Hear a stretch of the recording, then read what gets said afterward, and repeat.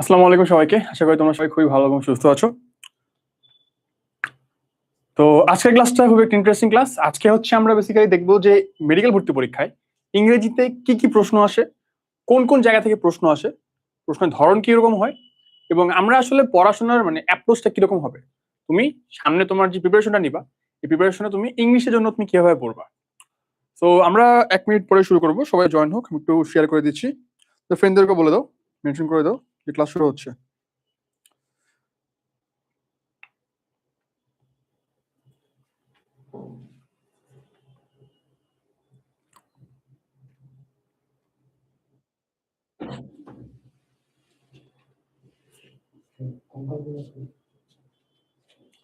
আচ্ছা, পাশাপাশি তোমরা একটু জানো যে সাউন্ডটা ঠিক আছে কিনা, সাউন্ড এবং ভিডিও ঠিক আছে কিনা, একজন কমেন্ট করে জানাও তো।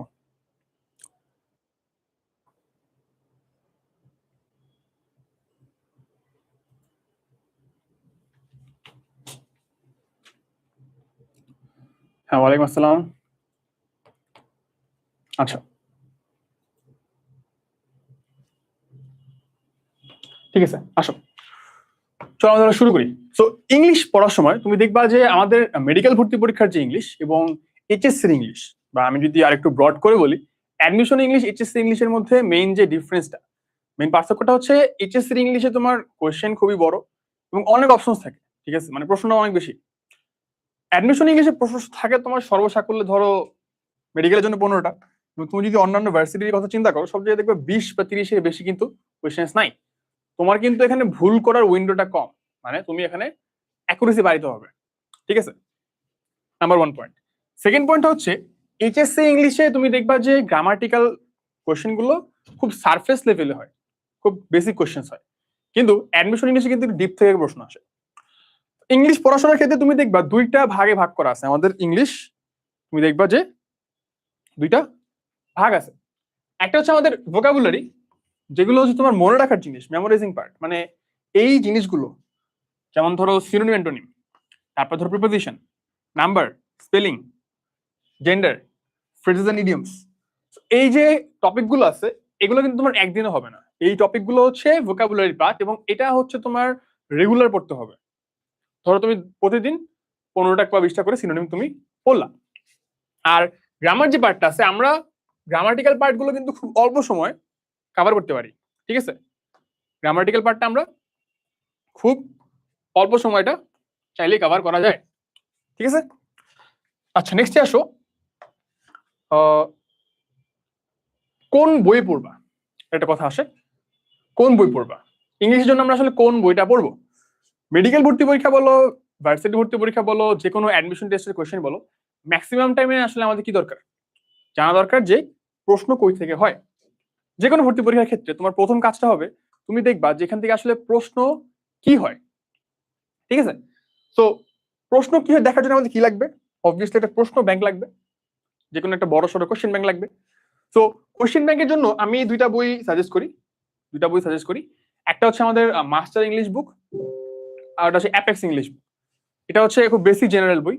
এখন এই দুইটা বইয়ের জিনিসটা হচ্ছে এই দুইটা বই অ্যাকচুয়ালি কালেকশন অফ কোয়েশ্চেন, তোমার বিগত বছরগুলোর মেডিকেল ভর্তি পরীক্ষা, ডেন্টাল ভর্তি পরীক্ষা, তারপর তো ভার্সিটির ভর্তি পরীক্ষার প্রশ্ন, বিসিএস এর প্রশ্ন, চাকরির পরীক্ষার প্রশ্ন, এই কোয়েশ্চেন গুলোর কালেকশন আছে মেইনলি এই বইগুলোতে।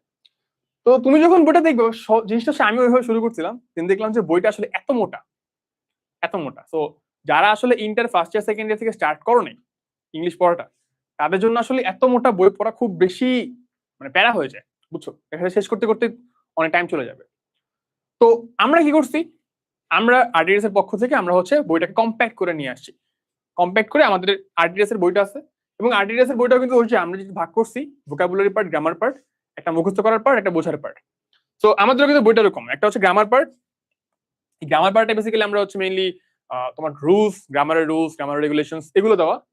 আর ভোকাবুলারি পার্টটা হচ্ছে আমাদের ওই যে synonym antonym, group verb, appropriate preposition, এই টপিকগুলো আছে আমাদের ভোকাবুলারি পার্টে। সো তোমরা ছাড়া এত মোটা বই মনে করতে শেষ করতে পারবে না, চাইলে কিন্তু আমাদের আরডিএস এর বইটা নিতে পারো। এই বইটা অনেক গুছানো, মেন জিনিসটা হচ্ছে এটা আসলে, যেমন এই বইগুলো কিন্তু in general medical, BCS, varsity, bank job সবকিছুর জন্য বানানো। আর আমাদের বইটা হচ্ছে আমরা টপিকগুলো একদম গুছায় এনে মেডিকেল ভর্তি পরীক্ষার জন্য যা যা দরকার তা কিন্তু এখানে নিয়ে আসছি। আচ্ছা, তো এগুলো আমাদের মেনলি বই। তো সোজা কথায় তুমি এমন একটা বই চুজ করবা যে বইতে কি আছে, বিগত বছরের প্রশ্নগুলো আছে। আচ্ছা, এবার আসো যে ইংলিশটা নিয়ে আমরা কেন আসলে গুরুত্বটা দিব। শোনো, এইচএসসি যেটা হয়, আমরা কিন্তু এইচএসসির ফার্স্ট সেকেন্ড ইয়ারে আমরা কিন্তু কি করি, আমরা ফিজিক্স, কেমিস্ট্রি, বায়োলজি, তারপর তোমার ধরো হচ্ছে এই তিনটা সাবজেক্ট সবাই পড়ে কম বেশি। যে ভালো স্টুডেন্ট ওরাও ভালো করছে, ওরাও পড়ছে, যে খুব ভালো স্টুডেন্ট ছিল না তারাও এগুলো পড়ছে। কিন্তু ইংলিশটা কিন্তু আমাদের এইভাবে করে পড়া হয়নি। হয়তো এইচএসসির জন্য নর্মাল গ্রামার পড়ছো, বাট অ্যাডমিশন ইংলিশ কিন্তু আমাদের এই 2 বছর পড়া হয়নি। জিকের কথাও সেম, জিকে তো কিন্তু সেম কথাই, জিকে আমরা সাধারণত পড়ি না।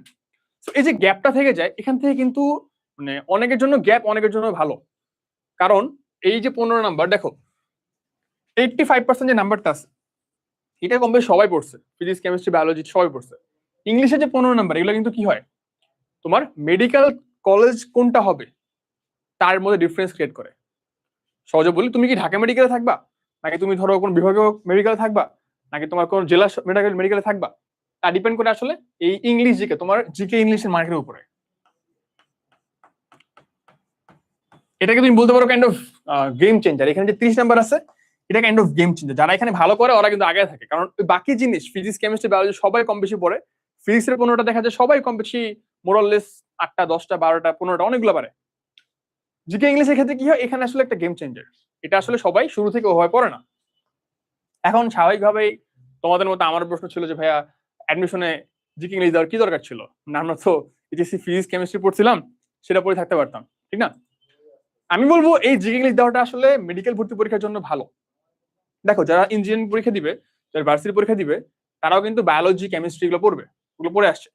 জিকে ইংলিশ পার্টিকুলারলি তুমি মেডিকেলের জন্য আলাদাভাবে পড়বা। তো তোমার জন্য যারা সোললি মেডিকেল প্রিপারেশন নাই, তাদের জন্য কিন্তু এটা অ্যাকচুয়ালি ভালো, অ্যাকচুয়ালি নাম্বারটা বাড়াতে হেল্প করে। তো আমাদের কি করতে হবে, আমাদের আসলে কেমিস্ট্রি, বায়োলজি, ফিজিক্স এর প্রতি যে ফোকাসটা দিতে হবে, ইংলিশ জিকের প্রতি কিন্তু একটা ব্যালেন্স ক্রিয়েট করতে হবে, বুঝছো? আমাদের পড়াশোনা একটা ব্যালেন্স আনতে হবে। সো তোমরা অলরেডি প্রি মেডিকেলে, সো তোমাদের কিন্তু আরো 1 বছর সময় আছে। এখন সবাই মনে করে যে ভাই ইংলিশ জিকে এখন আমার তো এইচএসসিতে নাই, আমি হয়তো ওই 3 মাসে পরে একদম ফাটায় ফেলতে পারবো। একদমই না। এই যে ভোকাবুলারি পার্টটা আমি বললাম, এই ভোকাবুলারি তোমার একদিনে হবে না। সিনোনিম অ্যান্টোনিম তুমি একদিন শেষ করতে পারবা না।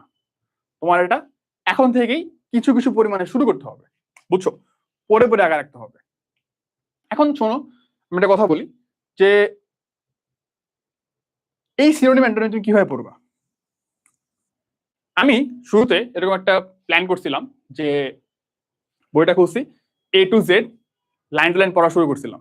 ধরো এ বইতে কিরকম থাকে, বইতে তোমার ধরো এ, তারপর এ সিনোনিম, তারপর বি এর সিনোনিম, অ্যান্টোনিম, ডি এর অ্যান্টোনিম, সি এর অ্যান্টোনিম, এভাবে অ্যালফাবেটিক্যাল অর্ডারে থাকে। তো আমি খুলে দেখি যে ধরো যে এ দিয়ে শুরু হয়েছে, এখানে মোটামুটি সিনোনিম অ্যান্টোনিম প্রায় তোমার চলে গেছে 20-30 পেজের মতো। ধরো এরকম এরকম এতগুলো সিনোনিম অ্যান্টোনিম।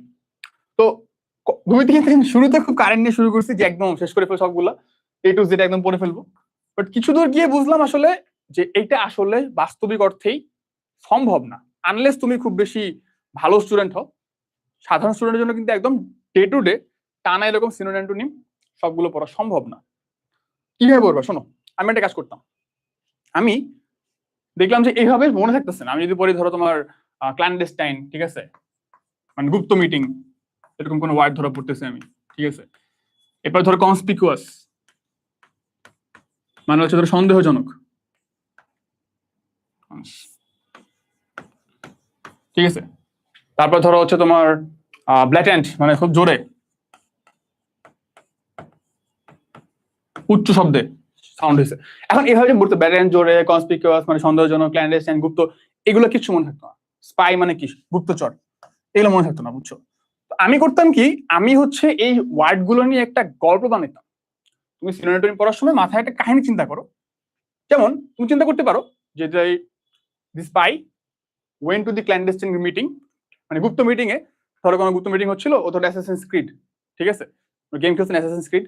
তো মনে করে একটা অ্যাসাসিন, এই ওয়ার্ডটা শিখে রাখে, অ্যাসাসিন মানে গুপ্তভাবে যে আক্রমণ করে। কাহিনী চিন্তা করছি যে এই স্পাই বা অ্যাসাসিন কি করছিল, সে ক্ল্যান্ডেস্টাইন গ্রুপে গেছিল, এখন সে বোকা ঝোকা, সে শব্দ করে ফেলছে।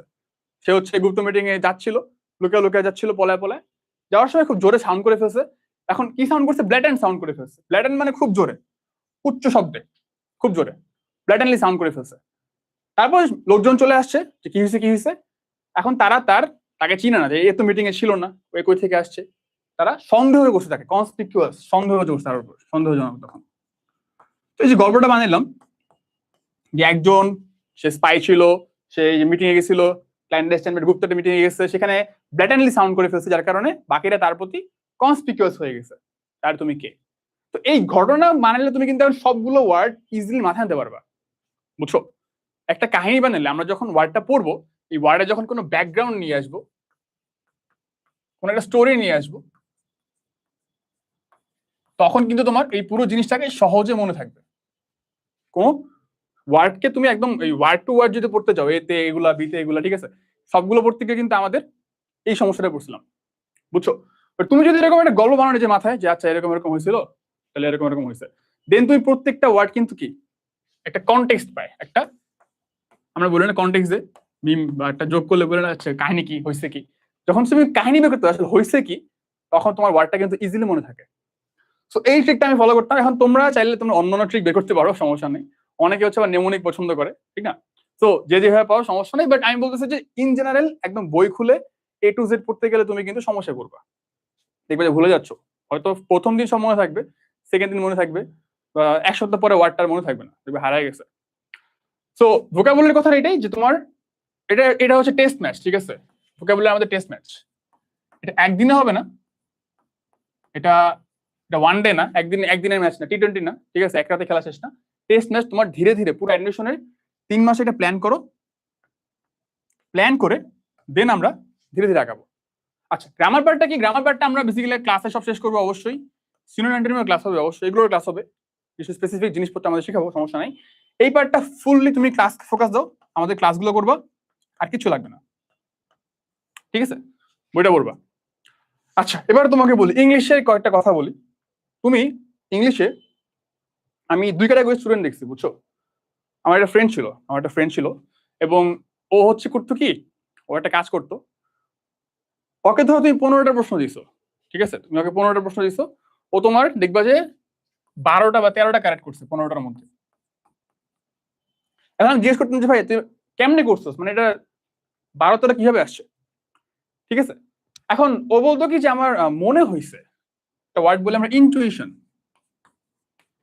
মনে হওয়া।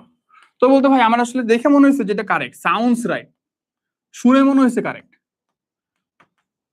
ওকে অপশন দিতাম, যে অপশন ABCD, ও বলতো আচ্ছা আমার কাছে মনে হচ্ছে বি অপশনটা দিলে কারেক্ট। এবং দেখা যেত 95% টাইম, বা আরো বেশি বলতে গেলে 98% টাইম, 95% টাইমে ও যেটা বলতো কারেক্ট, শুনে মনে হয়েছে সত্যি, ওইটাই কারেক্ট হতো। এখন আমি বলতাম যে সত্যি মানে পারস কিভাবে, এটা কিভাবে করতেছিস? তো ও কিন্তু আমাকে ওভাবে বলা নেই, বাট পরে আমি যেটা বের করলাম জিনিসটা আসলে কি, জিনিসটা হচ্ছে ও প্র্যাকটিস করছে বেশি। হয়তো তুমি বা আমি পড়ছি বেশি, কিন্তু ও করছে কি, ও বেশি বেশি প্র্যাকটিস করছে, বেশি বেশি এক্সাম দিছে। এখন তুমি ধরো রুল পড়লা যে সাবজেক্ট প্লাস ভার্ব প্লাস এটা হয়, ঠিক আছে, তোমার ধরো এটা থাকলে আমার এটা থাকলে হ্যাজ পরে, হ্যাজ এর পরে এটা পরে ভি, হ্যাজ প্লাস V3, ঠিক আছে, পরে এটা ব্লা ব্লা ব্লা, এটা হয়তো মনে করছে হয়তো রুলটা। ও করতো কি, ও হয়তো রুল একবার পড়ছে, হয়তো একবার দেখছে এগুলা, ও চলে যেত ডিরেক্টলি কিসে, প্র্যাকটিসে। এখন ও যখন প্র্যাকটিস করতো, ও যখন রুলটা প্র্যাকটিস করতো, ওর মাথায় ইনবিল চলে আসে যে ফর্মটা এখানে হ্যাজ এর পরে ভার্ব 3 হবে, ঠিক আছে, এরকম একটা ফর্ম মাথায় চলে আসে ওর, যেমন নো সুনার হ্যাড, ঠিক আছে, এরকম একটা রুল ছিল। তো মনে করো ওর মাথায় চলে আসে নো সুনার হ্যাড আসলে এটা হবে, ওর মাথায় অলরেডি চলে আসে, কারণ কি ও বেশি বেশি প্র্যাকটিস করছে। তো তোমার ইংলিশে যদি গদ বাঁধা রুল মুখস্থ করো, হ্যাঁ রুল অবশ্যই দেখবা, বাট ইটস নট লাইক তুমি মুখস্থ করো। পরীক্ষা হলে আমরা কখনোই এভাবে বসাই না সাবজেক্টের পরে এটা, এরপর এটা, এগুলো চিন্তা করি না। ও করতো কি, হয়তো অনেক বড় চিন্তা করো, বাট ও যেটা করতো প্র্যাকটিস করে করে এই যে ফরম্যাটটা, সেন্টেন্সের আমরা বলি সিনট্যাক্স, ঠিক আছে, ও হচ্ছে এই সিনট্যাক্সটা বাক্যটা কিভাবে গঠন হয় এটা রপ্ত করতো। কিভাবে করবো এটার জন্য তুমি বেশি বেশি প্র্যাকটিস করবা। তোমার রুল পড়ার থেকে, যে বইগুলো দেখতেছো না, আমরা বই যে রাখছি, বই কিন্তু রুল আছে, রুলের পরে দেখবা হাজার হাজার কোয়েশ্চেন, কিছু বলে ফেলছি, প্রত্যেকটা রুল থেকে ধরো 100টার মতো কোয়েশ্চেন, টোটাল বই, হ্যাঁ টোটাল বই 1000-এর উপর অবশ্যই কোয়েশ্চেন আছে। সো এই কোয়েশ্চেন গুলো সলভ করো, তোমার কাজ, তুমি রুলটা পড়ার থেকে বেশি ইম্পর্টেন্ট কোয়েশ্চেনটা সলভ করা, ঠিক আছে? এবার আসো তুমি ধরো এক্সাম দিতে চাও, তুমি সলভ করতে চাও, তুমি এক্সাম দিতে চাও, আমরা কি তোমাকে ছেড়ে দিব যে হ্যাঁ ঠিক আছে ক্লাস করছে ও এখন বাসায় পড়ে নিবে? না, আমাদের কি আছে আনলিমিটেড এক্সাম। ওই যে প্র্যাকটিস করার কথা বললাম না, প্র্যাকটিস করার জন্য আমাদের একটা ওয়েবসাইটে ফিচার আছে, এবং আমি লঞ্চিং লাইভে ওই দিন বলছিলাম যে আরটিডিএস এর যদি সবচেয়ে বেশি ফিচার, মানে আমার সময় আমি এটা ইউজ করে থাকি, এটা হচ্ছে এই আনলিমিটেড এক্সামের ফিচার। কিসের উপরে? BCS, medical admission test, dental admission test, তারপর চাকরি পরীক্ষা, এই যে প্রশ্নগুলো বিগত বছরের প্রশ্নগুলোর উপর আনলিমিটেড এক্সাম ফিচার, এইটা হচ্ছে আমি পার্সোনালি আরটিডিএস এর ওয়েবসাইটের অনেক অনেক ফিচার তুমি দেখবা, ক্লাস আছে, পিডিএফ আছে, ডাউট সলভ আছে। আমি পার্সোনালি সবচেয়ে বেশি ইউজ করছি আনলিমিটেড এক্সাম ফিচারটা। এখানে তুমি মানে ধরো বিগত বছরের প্রশ্নে যে বললাম না প্র্যাকটিস, যতবার ইচ্ছা, ঠিক আছে, যতবার ইচ্ছা, যে কবার ইচ্ছা, যে কোনো প্রশ্নে তুমি প্র্যাকটিসটা করতে পারবা।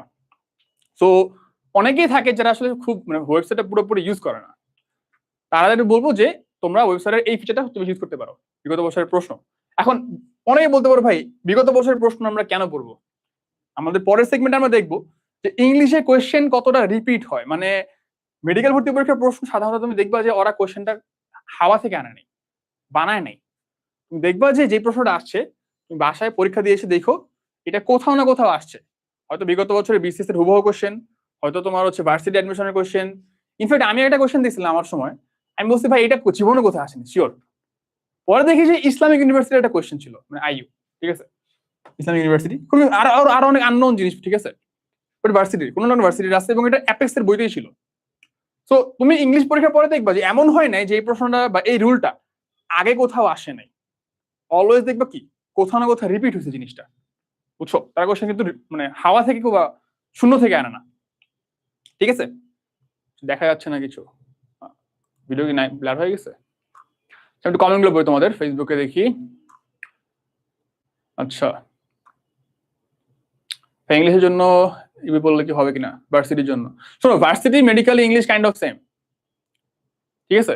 মানে ইংলিশ দেখবা যে ইংলিশে আর একটা সুবিধা বলি, তুমি মেডিকেল অ্যাডমিশনের জন্য যে ইংলিশটা পড়বা তোমার এটাতে ভার্সিটি কভার হবে, এটা দিয়ে তোমার হচ্ছে সামনে যত পরীক্ষা দিবা জিএসটি কভার হবে, তারপর তোমার ধরো হচ্ছে গিয়ে গুচ্ছ পরীক্ষা যেটা বলছি, এগ্রি পরীক্ষার কভার হবে ইংলিশ, ঢাবি এ ইউনিট, ঢাবি ডি ইউনিট সবগুলো হবে। প্লাস হচ্ছে তুমি যদি এই ইংলিশটা খুব ভালো করে পড়ো না, সামনের জীবনে দেখবে বিসিএস এর জন্য আবার কঠিন মানে নতুন করে পড়া লাগতেছে না, ঠিক আছে? চাকরির পরীক্ষা দিবা সেখানেও দেখবে যে সেম ইংলিশ। তো ইংলিশের সুবিধা এটা, তুমি মেডিকেল অ্যাডমিশন ইংলিশ নিলে ভার্সিটির প্রিপারেশন অবশ্যই হবে, ইনফ্যাক্ট চাকরির পরীক্ষাগুলো কিন্তু হয়ে যাবে, ঠিক আছে? আচ্ছা, আর কোশ্চেন দেখি ভাই, জিকে ইংলিশ কি রেগুলার পড়বো? হ্যাঁ, ওই যে আমরা বলছিলাম ভোকাবুলারি পার্টটা, ভোকাবুলারি বা মুখস্থ করার যে পার্টটা এটা রেগুলার পড়তে হবে। আচ্ছা ভাই, আমার গ্রামারের রুলস গুলো তেমন করে দেওয়া নাই মাস্টারে, তাহলে রুলস গুলো কোথা থেকে পড়বো? আর মাস্টার বইয়ে রুলস তো অবশ্যই আছে, কি বলে মাস্টার বইয়ে দেখবা প্রত্যেকটা সে বাংলা লেখা। আমি রুলস গুলো আবার বলি, তুমি দেখবা যে রুলস গুলো একদম বাংলা লেখা শুরুতে, এরপরে কোশ্চেন দেওয়া। তোমার যদি রুলস পড়তে ভালো না লাগে তুমি কি করবা? কোশ্চেন সলভে চলে যাবা, প্র্যাকটিস করলে রুলটা মাথায় চলে আসবে। ভাই আমি মাস্টার বুকটা কিনেছি, ওটাতে প্র্যাকটিস করলে হবে কিনা? হ্যাঁ অবশ্যই, হ্যাঁ সারা এটা হবে। আচ্ছা ঠিক আছে, আচ্ছা নেক্সট আসো। এবার আসো যে ওই যে বললাম না যে বিগত বছরের প্রশ্ন প্র্যাকটিস করতে হবে। এখন তোমরা বলবো যে ভাই আপনি বললেই হলো নাকি যে ইংলিশ প্রশ্ন রিপিট হয়? কোথায় রিপিট হয়? চলো আমরা দেখি। কিছু প্রশ্ন বিগত বছরের মেডিকেল এবং ডেন্টাল প্রশ্ন থেকে হুবহু তুলে দেওয়া হয়, মানে সরাসরি কমন আসে। যেমন দেখো কি আসছে, মেডিকেল ভর্তি পরীক্ষা 15 আসছিল, যদি কারেক্ট ট্রান্সলেশন অফ রবিবার হইতে বৃষ্টি হইতেছিল, it has been raining since Sunday. এই কোশ্চেনটা দুইবার আসে, মেডিকেল ভর্তি পরীক্ষা আসে, ডেন্টাল আসে, একদম হুবহু কোশ্চেন সেম। তারপর দেখো এই অ্যাকাস্টম টু, একটা রুল তোমরা পড়বে অ্যাপ্রোপ্রিয়েট প্রিপোজিশন, যে অ্যাকাস্টমড এরপরে টু হয়, মানে মানিয়ে নেওয়া। ধরো তুমি নতুন কোনো পরিবেশে গেছো, দেন এখানে মানিয়ে নিছো, এটা বলে অ্যাকাস্টম টু। যে অ্যাকাস্টমের পরে টু হয়, এটা কি? একটা অ্যাপ্রোপ্রিয়েট প্রিপোজিশন। এই কোশ্চেনটা তুমি দেখছো যে মেডিকেল ভর্তি পরীক্ষা 19-20 আসছে, তুমি এটা পড়ে ফেললা, অ্যাকাস্টম টু হবে। দেখো তোমার ওই বছরই ডেন্টালে, ওই বছর মানে লাইক সেম বছরেই, যে বছর মেডিকেল ভর্তি পরীক্ষা হয়েছে ওই বছর ডেন্টালের এই কোশ্চেন। কি question? Choose the correct word of the blank, they are not accustom to such a life. দেখছো হুবহু সেম রুলটাই, সেম কোশ্চেনটাই কিন্তু চলে আসছে একদম হুবহু। I am accustom to such a life, কি আসছে? They are not accustom to such a life. So যারা আগে কোশ্চেনটা পড়ছিল তারা কিন্তু ইজিলি পারবে, এটা একদম সেম কোশ্চেনে হুবহু চলে আসছে, ঠিক আছে। আবার এটা ডেন্টালে তারপরের বছর আবার আসছে, আর এক বছর পরে। সো এই যে কিছু কোশ্চেন দেখবো হুবহু রিপিট হয়, হুবহু রিপিট হয়, কিছু কোশ্চেন আবার হুবহু রিপিট হয় না, বাট এটা হচ্ছে তোমার একটু ঘুরে আসে। কতটা ঘুরে আসে চলো আমরা দেখি। কিছু হালকা পরিবর্তন করে চেঞ্জ আসে, কি আসে, ব্যাকরণের তোমার গ্রামার রুলটা সেম থাকে, সেম রুল বাট একটু ডিফারেন্ট কথা। ধরো একবার শাফির নাম দিয়ে আসে, পরেরবার ধরো তোমার জাহিদ নাম দিয়ে আসে। কি আসে তোরা দেখি। 19-20 প্রশ্ন, which one of the following is an example of present perfect continuous tense? Present perfect continuous tense কোনটা দেখো। It has been raining, it has been raining। তোমরা কমেন্টে জানাও অ্যানসার, যারা পারো, যারা সলভ করছো। দেখবো তোমার অনেক ফ্রেন্ড অলরেডি দেখবো যে অ্যাডমিশনের বিগত বছর প্রশ্ন সলভ করে ফেলছো, ওরা দেখবো অলরেডি পারতেছে কমেন্টে। So it has been raining, এটা আমাদের কি প্রেজেন্ট পারফেক্ট কন্টিনিউয়াস টেন্স। পরের প্রশ্নটা দেখো, what is the correct tense in this sentence? Mansur has been using this pen for the last 5 years। So যারা যারা কি করছে এই প্রশ্নটা পড়ছে, ওরা এরপরে করবে কি, প্রেজেন্ট পারফেক্ট কন্টিনিউয়াস টেন্সের ফর্মটা কিরকম, সেন্টেন্সের ফর্মটা কিরকম। যেমন দেখো যে কি বলছে, subject plus has been plus verb plus ING. তুমি ধরো বললা পারফেক্ট কন্টিনিউয়াস টেন্সে কি, has plus has been plus verb plus ING, এই ধর রুলটা তুমি পড়ছো, যে এই রুলটা থাকলে কি হয়, প্রেজেন্ট পারফেক্ট কন্টিনিউয়াস হয়। তো যারা এটা পড়ছো তারা কিন্তু পরের বছরে দেখো, পরের বছর না সেম বছরে, ওই বছরে ডেন্টালের প্রশ্ন 19-20 সেম বছরের প্রশ্ন দেখো, হচ্ছে correct tense of the sentence. মানে একবার আসলে কি প্রেজেন্ট পারফেক্ট কন্টিনিউয়াস কোনটা বাক্যের মধ্যে, পরেরবার আছে যে এই বাক্যটা কি প্রেজেন্ট পারফেক্ট কন্টিনিউয়াস, ঠিক আছে, প্রেজেন্ট পারফেক্ট কন্টিনিউয়াস দেখছো। সো এই হচ্ছে অবস্থা তোমার, সেম জিনিসের রুলটা একটু ঘুরে দিছে, ওই অ্যান্সার থেকে পরের বারে কোশ্চেনটা আসছে, খেয়াল করছো? আচ্ছা, তো এই হচ্ছে আমাদের কিছু কোশ্চেন্স ডিরেক্ট আসে, কিছু কোশ্চেন্স একটু ঘুরে আসে। ঠিক আছে, সি হচ্ছে কারেক্ট, ঠিক আছে। ভাই গ্রামার পার্ট নিয়ে কিছু বললেন, কোন বই থেকে রুলস প্র্যাকটিস করা যাবে? আচ্ছা, তুমি মাস্টার বই কিনতে পারো, মাস্টার বই অ্যাপেক্স ইংলিশ দুইটাই কিন্তু দুটোই ভালো অ্যাকচুয়ালি। আমি মাস্টার বইটা পড়ছিলাম, অ্যাপেক্স ইংলিশও ভালো আছে, দুটোই বইটা ভালো। বা তুমি চাইলে কিন্তু আমাদের আরটিডিএস এর বইটা পড়তে পারো, এই বইটা কিন্তু গুছায় আরো গুছানো, আরো কম্প্যাক্ট করে, আরো ছোট করা এবং আরো গুরুত্বপূর্ণ জিনিসপত্র দিয়ে লেখা, ঠিক আছে। ওই যে বললাম যে এই বইটা কিন্তু সোললি কিসের জন্য, মেডিকেলের জন্য, এটা সোললি মেডিকেলের জন্য। আর যদি তুমি চাও মেডিকেল ভার্সিটি এগুলো করবা, এটাও এখানে ভার্সিটি কোশ্চেন আছে, এখানে ভার্সিটি কোশ্চেন আছে, বুঝছো, এটা গুছানো আর কি। আর তুমি যদি আর বড় পড়তে চাও, বইটার সাইজ অনেক বড় আসলে, তো বড় বইগুলো পড়তে চাইলে মাস্টার ব্যাপেক্স ইংলিশ, আর কিছু লাগবে না। আর মেডিকেল ভর্তি পরীক্ষা বলো, ভার্সিটি বলো, ছোট কম্প্যাক্ট গুছানো পড়াশোনা করতে চাইলে আমাদের আরটিএস এর বইগুলো, যারা আমাদের কোর্সের স্টুডেন্ট না তারাও কিন্তু চাইলে আমাদের এই বইগুলোকে ওয়েবসাইট থেকে অর্ডার করতে পারো, ঠিক আছে। কোর্সের স্টুডেন্টের জন্য অবশ্যই ডিসকাউন্ট, যারা আমাদের কোর্সের স্টুডেন্ট, যারা কোর্সের স্টুডেন্ট না তোমরা কিন্তু চাইলে বইগুলো অর্ডার করতে পারো ওয়েবসাইট থেকে আমাদের। আচ্ছা আসো, তো আমরা কি দেখলাম, আমরা দেখলাম একটা হচ্ছে ডিরেক্ট কোশ্চেন আছে, একটা হচ্ছে তোমার একটু ঘুরে কোশ্চেন আছে। এবার দেখবো যে কিছু কোশ্চেন আসে আমাদের বিসিএস, ভার্সিটি এবং অন্যান্য চাকরি পরীক্ষা থেকে। যেমন দেখো, dash the word in the dictionary, এটা কি, এটা আসলে একটা গ্রুপ ভার্ব থেকে প্রশ্ন আসছে, যে লুক আপ নাকি লুক আফটার নাকি লুক ওভার। সো আমরা যখন ডিকশনারিতে কোনো ওয়ার্ড খুঁজি, সার্চ করি, তখন আমরা ইউজ করি লুক আপ। এবং এই প্রশ্ন দেখো মেডিকেল ভর্তি পরীক্ষা 20-21 আসছিল। মজার ব্যাপার হচ্ছে এই 38 বিসিএস তার কিছু আগের বছরের কোশ্চেন, তার কয়েক বছর আগের কোশ্চেন, ওই কোশ্চেনটাই কিন্তু বিসিএস এর প্রশ্নটাই কিন্তু চলে আসছে হুবহু মেডিকেল ভর্তি পরীক্ষায়। তারপর দেখো, there is no mother but loves her child, here but is. তো এই যে কোশ্চেনটা দেখতেছো, there is no mother but love her child, এই প্রশ্নটা তোমার ভার্সিটির কোশ্চেন এবং এটা কিন্তু মেডিকেলও আসছে, ঠিক আছে। তো এখানে খেয়াল করো কোশ্চেনটা কি, there is no mother but loves her child, এখানে বাটটা কিসের হিসেবে ইউজ হচ্ছে, there is no mother who does not love her child, ঠিক না, যেমন কোনো মানে যে তার বাচ্চাকে ভালোবাসে না। সো ডাজ নট বা হু ডাজ নট, এটার বদলে বাটটা ইউজ হচ্ছে, মানে কি হচ্ছে এখানে, বাটটা কি, বাটটা কি অ্যাডজেক্টিভ নাকি কনজাংশন নাকি নেগেটিভ রিলেটিভ, এখানে বাটটা কিন্তু নেগেটিভ রিলেটিভ, ঠিক আছে। নাজ নাজিন অলরেডি পড়ে ফেলছে, দেখছো অলরেডি সি আগে বলে ফেলতেছে। তো তুমি দেখবে কমেন্ট সেকশন অলরেডি অনেক স্টুডেন্ট তোমার এই কোশ্চেন সলভ করে ফেলছে, বুঝছো। যারা অ্যাকচুয়ালি অ্যাডভান্স, ওরা আসলে আমি যা বলতেছি তারা কিন্তু অলরেডি জানে, ঠিক আছে। যেগুলো আমি তোমাকে দেখাই দিচ্ছি, দেখো এখান থেকে প্রশ্ন আসছে, যারা অ্যাডভান্স স্টুডেন্ট, যারা অ্যাকচুয়ালি পড়াশোনা করে, ওরা কিন্তু অলরেডি জানে এবং ওরা সলভ করে ফেলছে। দেখছো, ধরা খেয়ে গেছে, এই তো দেখছো, ফ্রেন্ড যারা পড়ে ফেলতো ওরা বের হবে। তো দেখো, তুমি দেখো এই কোশ্চেনটা যখন আসছে, তুমি তখন কি করবা? তোমার কাজ হবে এই যে বাকি অপশনস গুলো আছে, যে আচ্ছা অপশনে কনজাংশন আছে, অপশনে অ্যাডজেক্টিভ আছে, অপশনে অ্যাডভার্ব আছে। তো তোমার কাজটা কি? তোমার কাজটা হচ্ছে দেখা যে এই বাটটা আর কোথায় কোন ভাবে ইউজ হবে, মানে কখন কনজাংশন হবে, কখন এটা অ্যাডজেক্টিভ হবে। ঠিক আছে? তো যারা এটা পড়ে ফেলছে, যারা দেখছে যে বাট নিয়ে কোশ্চেন আসছে, তারা এগুলো পড়ে ফেলছে, বাটটা কখন কিভাবে ইউজ হবে, ওরা পরের বছরে এই 19-20 কোশ্চেনটা পারবে। এবার প্রশ্নটা কি আসে দেখো, which of the following sentences use but is uses preposition?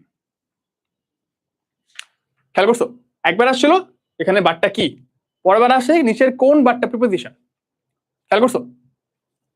দেখো, we tried hard but did not succeed, এই বাটটা কি তাহলে?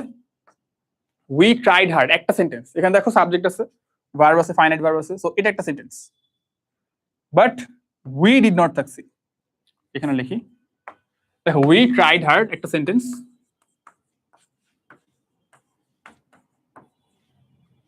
বাট এখানে তো দুটো শব্দ, একটা হচ্ছে we did not succeed, we did not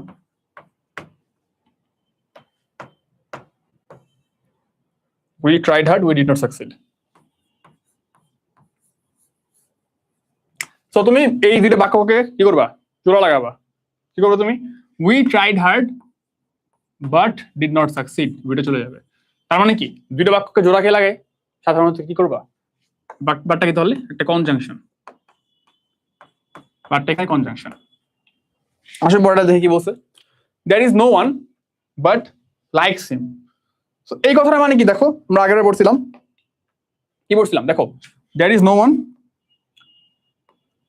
who doesn't like him, কি হবে? কথা আসলে কি বোঝাচ্ছে, যে এমন কেউ নেই যে তাকে পছন্দ করে না। So who does not like him, so who does not এটা কি? এটা প্রোনাউন, রিলেটিভ প্রোনাউন, যে আগের ওটাই, ঠিক না? তার মানে এটা কি? Relative pronoun. পরেরটা দেখো, none but the brave deserves the fair.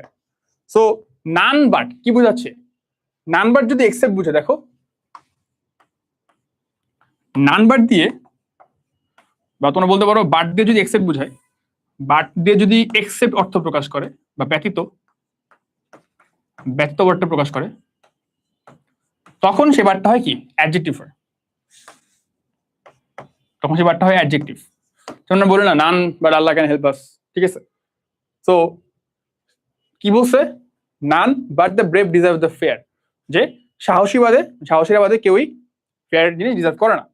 So এই যে ব্যতীত অর্থে ইউজ হচ্ছে, মানে কি? এটা কি? একটা অ্যাডজেক্টিভ, ঠিক আছে? সো দেখো, যারা অলরেডি পড়ে ফেলছে, যে সরি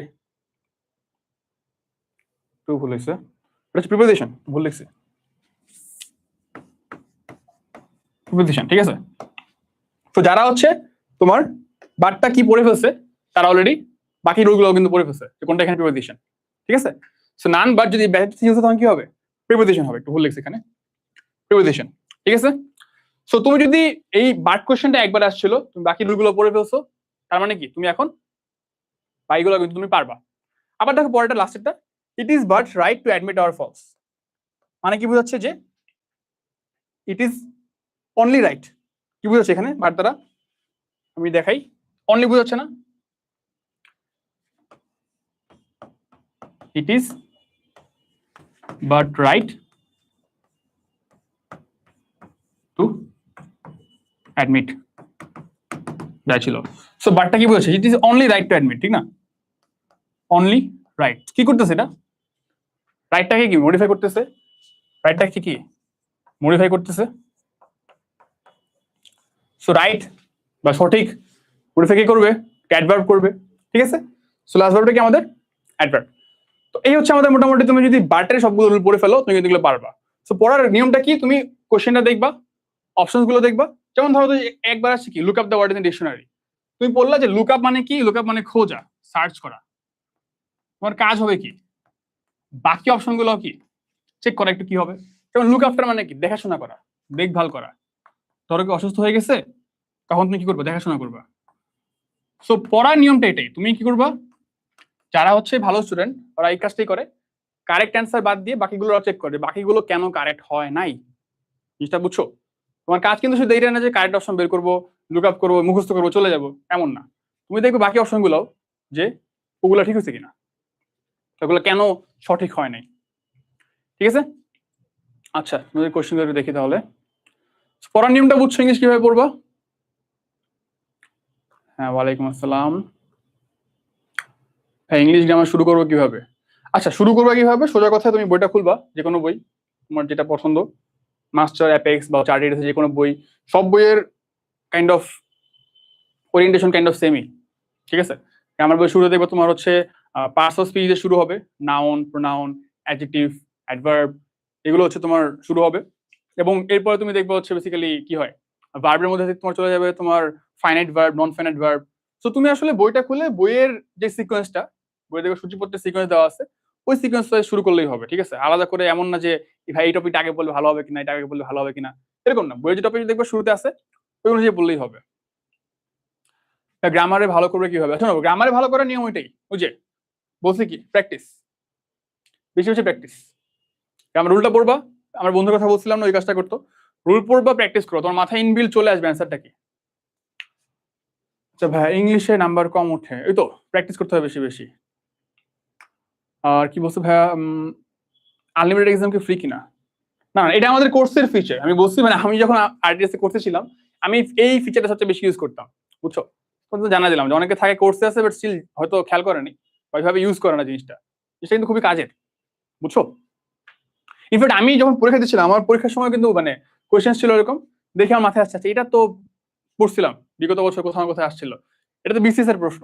তোমার নিজেরই দেখবে অ্যাডমিশন টাইমে অ্যান্সার করার সময় মানে মজা লাগবে জিনিসটা, এটা তো আসলে বিসিএস এর প্রশ্ন, এই সেম কোয়েশ্চেনটা।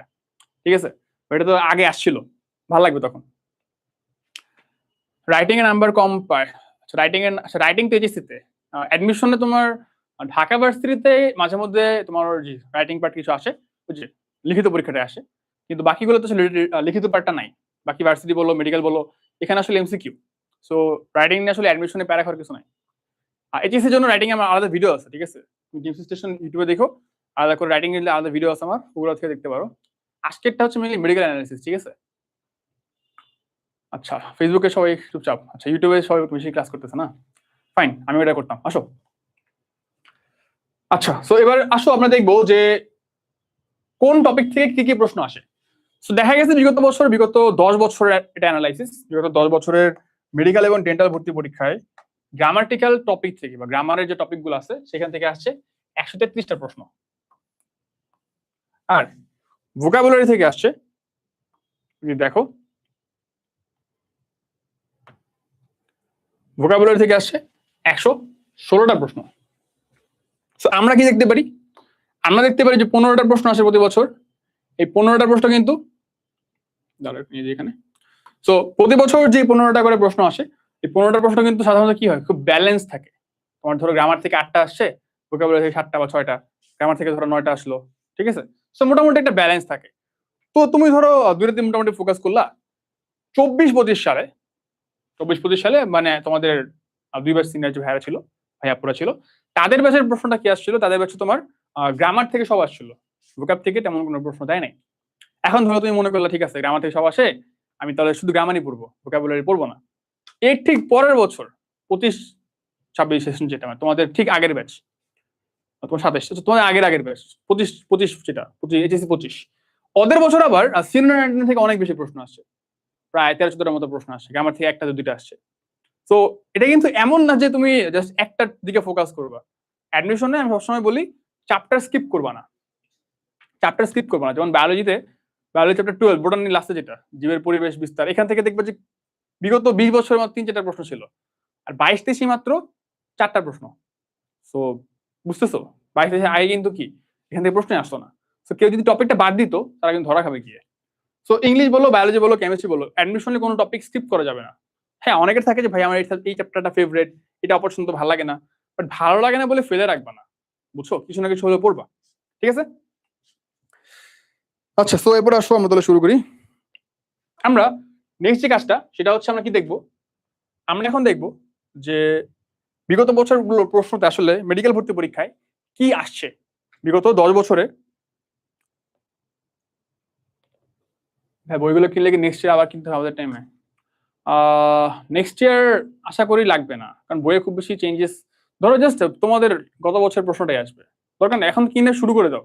তুমি 1 বছর যদি ভোকাবুলারি না পড়ো, শেষ 3 মাসে পড়া খুবই টাফ, সত্যি কথা যেটা। ঠিক আছে, 3 মাসে আসলে সিনোনিম বা হচ্ছে তোমার হচ্ছে গিয়ে অ্যাপ্রোপ্রিয়েট প্রিপারেশন, এগুলো পড়া খুবই টাফ।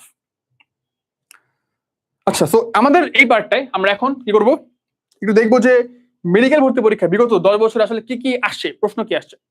নাউন থেকে কি আসছে দেখো, what kind of noun is cattle, কি আসছে, নাউনের টাইপ থেকে প্রশ্ন আসছে।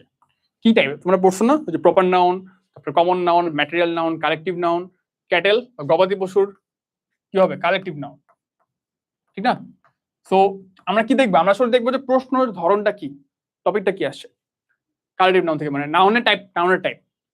What kind of noun is girl, girl কি একটা কমন নাউন, ঠিক না? যদি কারো নাম বলতো, যেমন ধরো ধরো হচ্ছে এখান থেকে নেই, ধরো এখানে সারা, ঠিক আছে, নাম। তারপর ধরো শাফিন বয়, কারো নাম।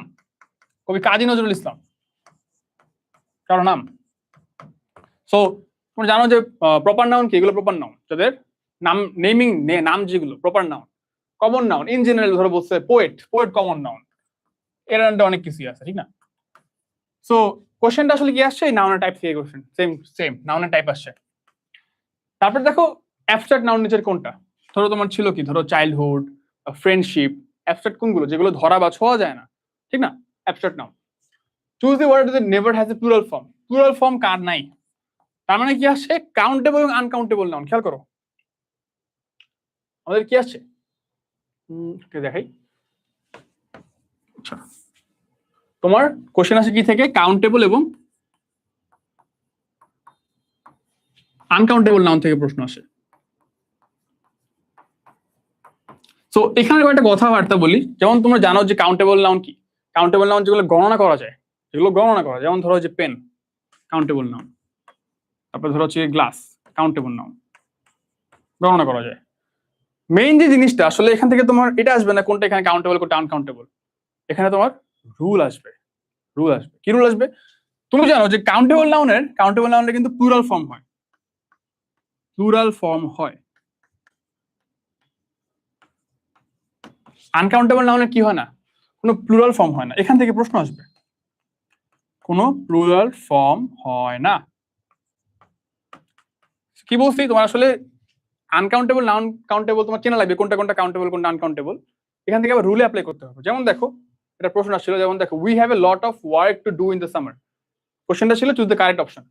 এখন এটা কেন কারেক্ট, লট অফ ওয়ার্ক কাজ, আর বাকি অপশনগুলো দেখবে কি ছিল, লট অফ ওয়ার্কস ছিল, ঠিক আছে?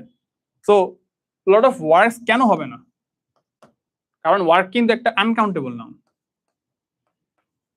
এবং কি বলছে রুলটা, যে আনকাউন্টেবল নাউনের কি হয় না, কোনো প্লুরাল ফর্ম হয় না, ঠিক আছে? এই প্রশ্নটা ধরে ভাবে আসবে, লট অফ ওয়ার্ক এটা কারেক্ট সেন্টেন্স, বুঝছো?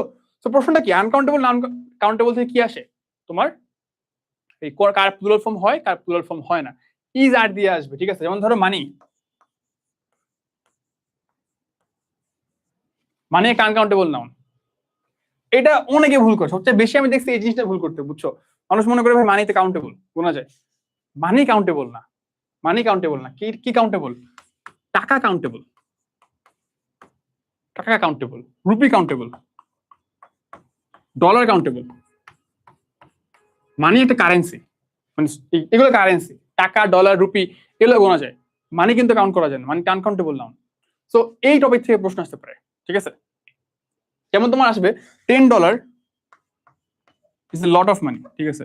এখন $10 যে ইজ হয়েছে, আর হয় নাই, কেন হয় নাই, কারণ এটা কাউন্টেবল। আনকাউন্টেবল নাহলে কিন্তু কি হতো না, প্লুরাল ফর্ম হতো না, ঠিক আছে? So $10 lot of money. তারপর তুমি দেখবা যে ধরো 50 Miles is a long road, এরকম প্রশ্নগুলো আসে, এখানে কি হবে, সাধারণত ইজ হয়, এই রুলগুলো আসবে, বুঝছো? আচ্ছা, এবার দেখো ওটা নাউন অফ বেনিফিশিয়াল। আচ্ছা, নাউন ফর্ম, এই যে আরেকটা টাইপের প্রশ্ন।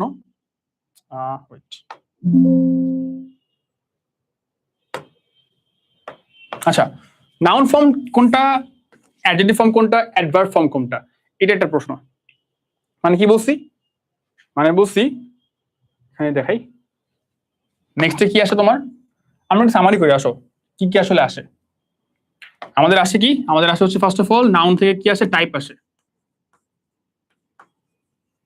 টাইপ আসে। তারপর তোমার আসবে আইডেন্টিফিকেশন, যে নিচের কোনটা নাউন,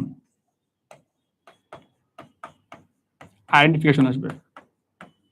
তারপর আসবে কি তোমার কনভার্সন, কনভার্সন কিরকম, যেমন ধরো বেনিফিট একটা নাউন, বেনিফিট। তারপর এটা তোমার কি, এটার অ্যাডজেক্টিভ ফর্ম কোনটা, এভাবে আসবে বেনিফিশিয়াল, বুঝছো। কনভার্সনটা আসে। তারপর ধরো তোমাকে বলতে পারে, ধরো তোমাকে বলছে প্রিজন, প্রিজন একটা নাউন,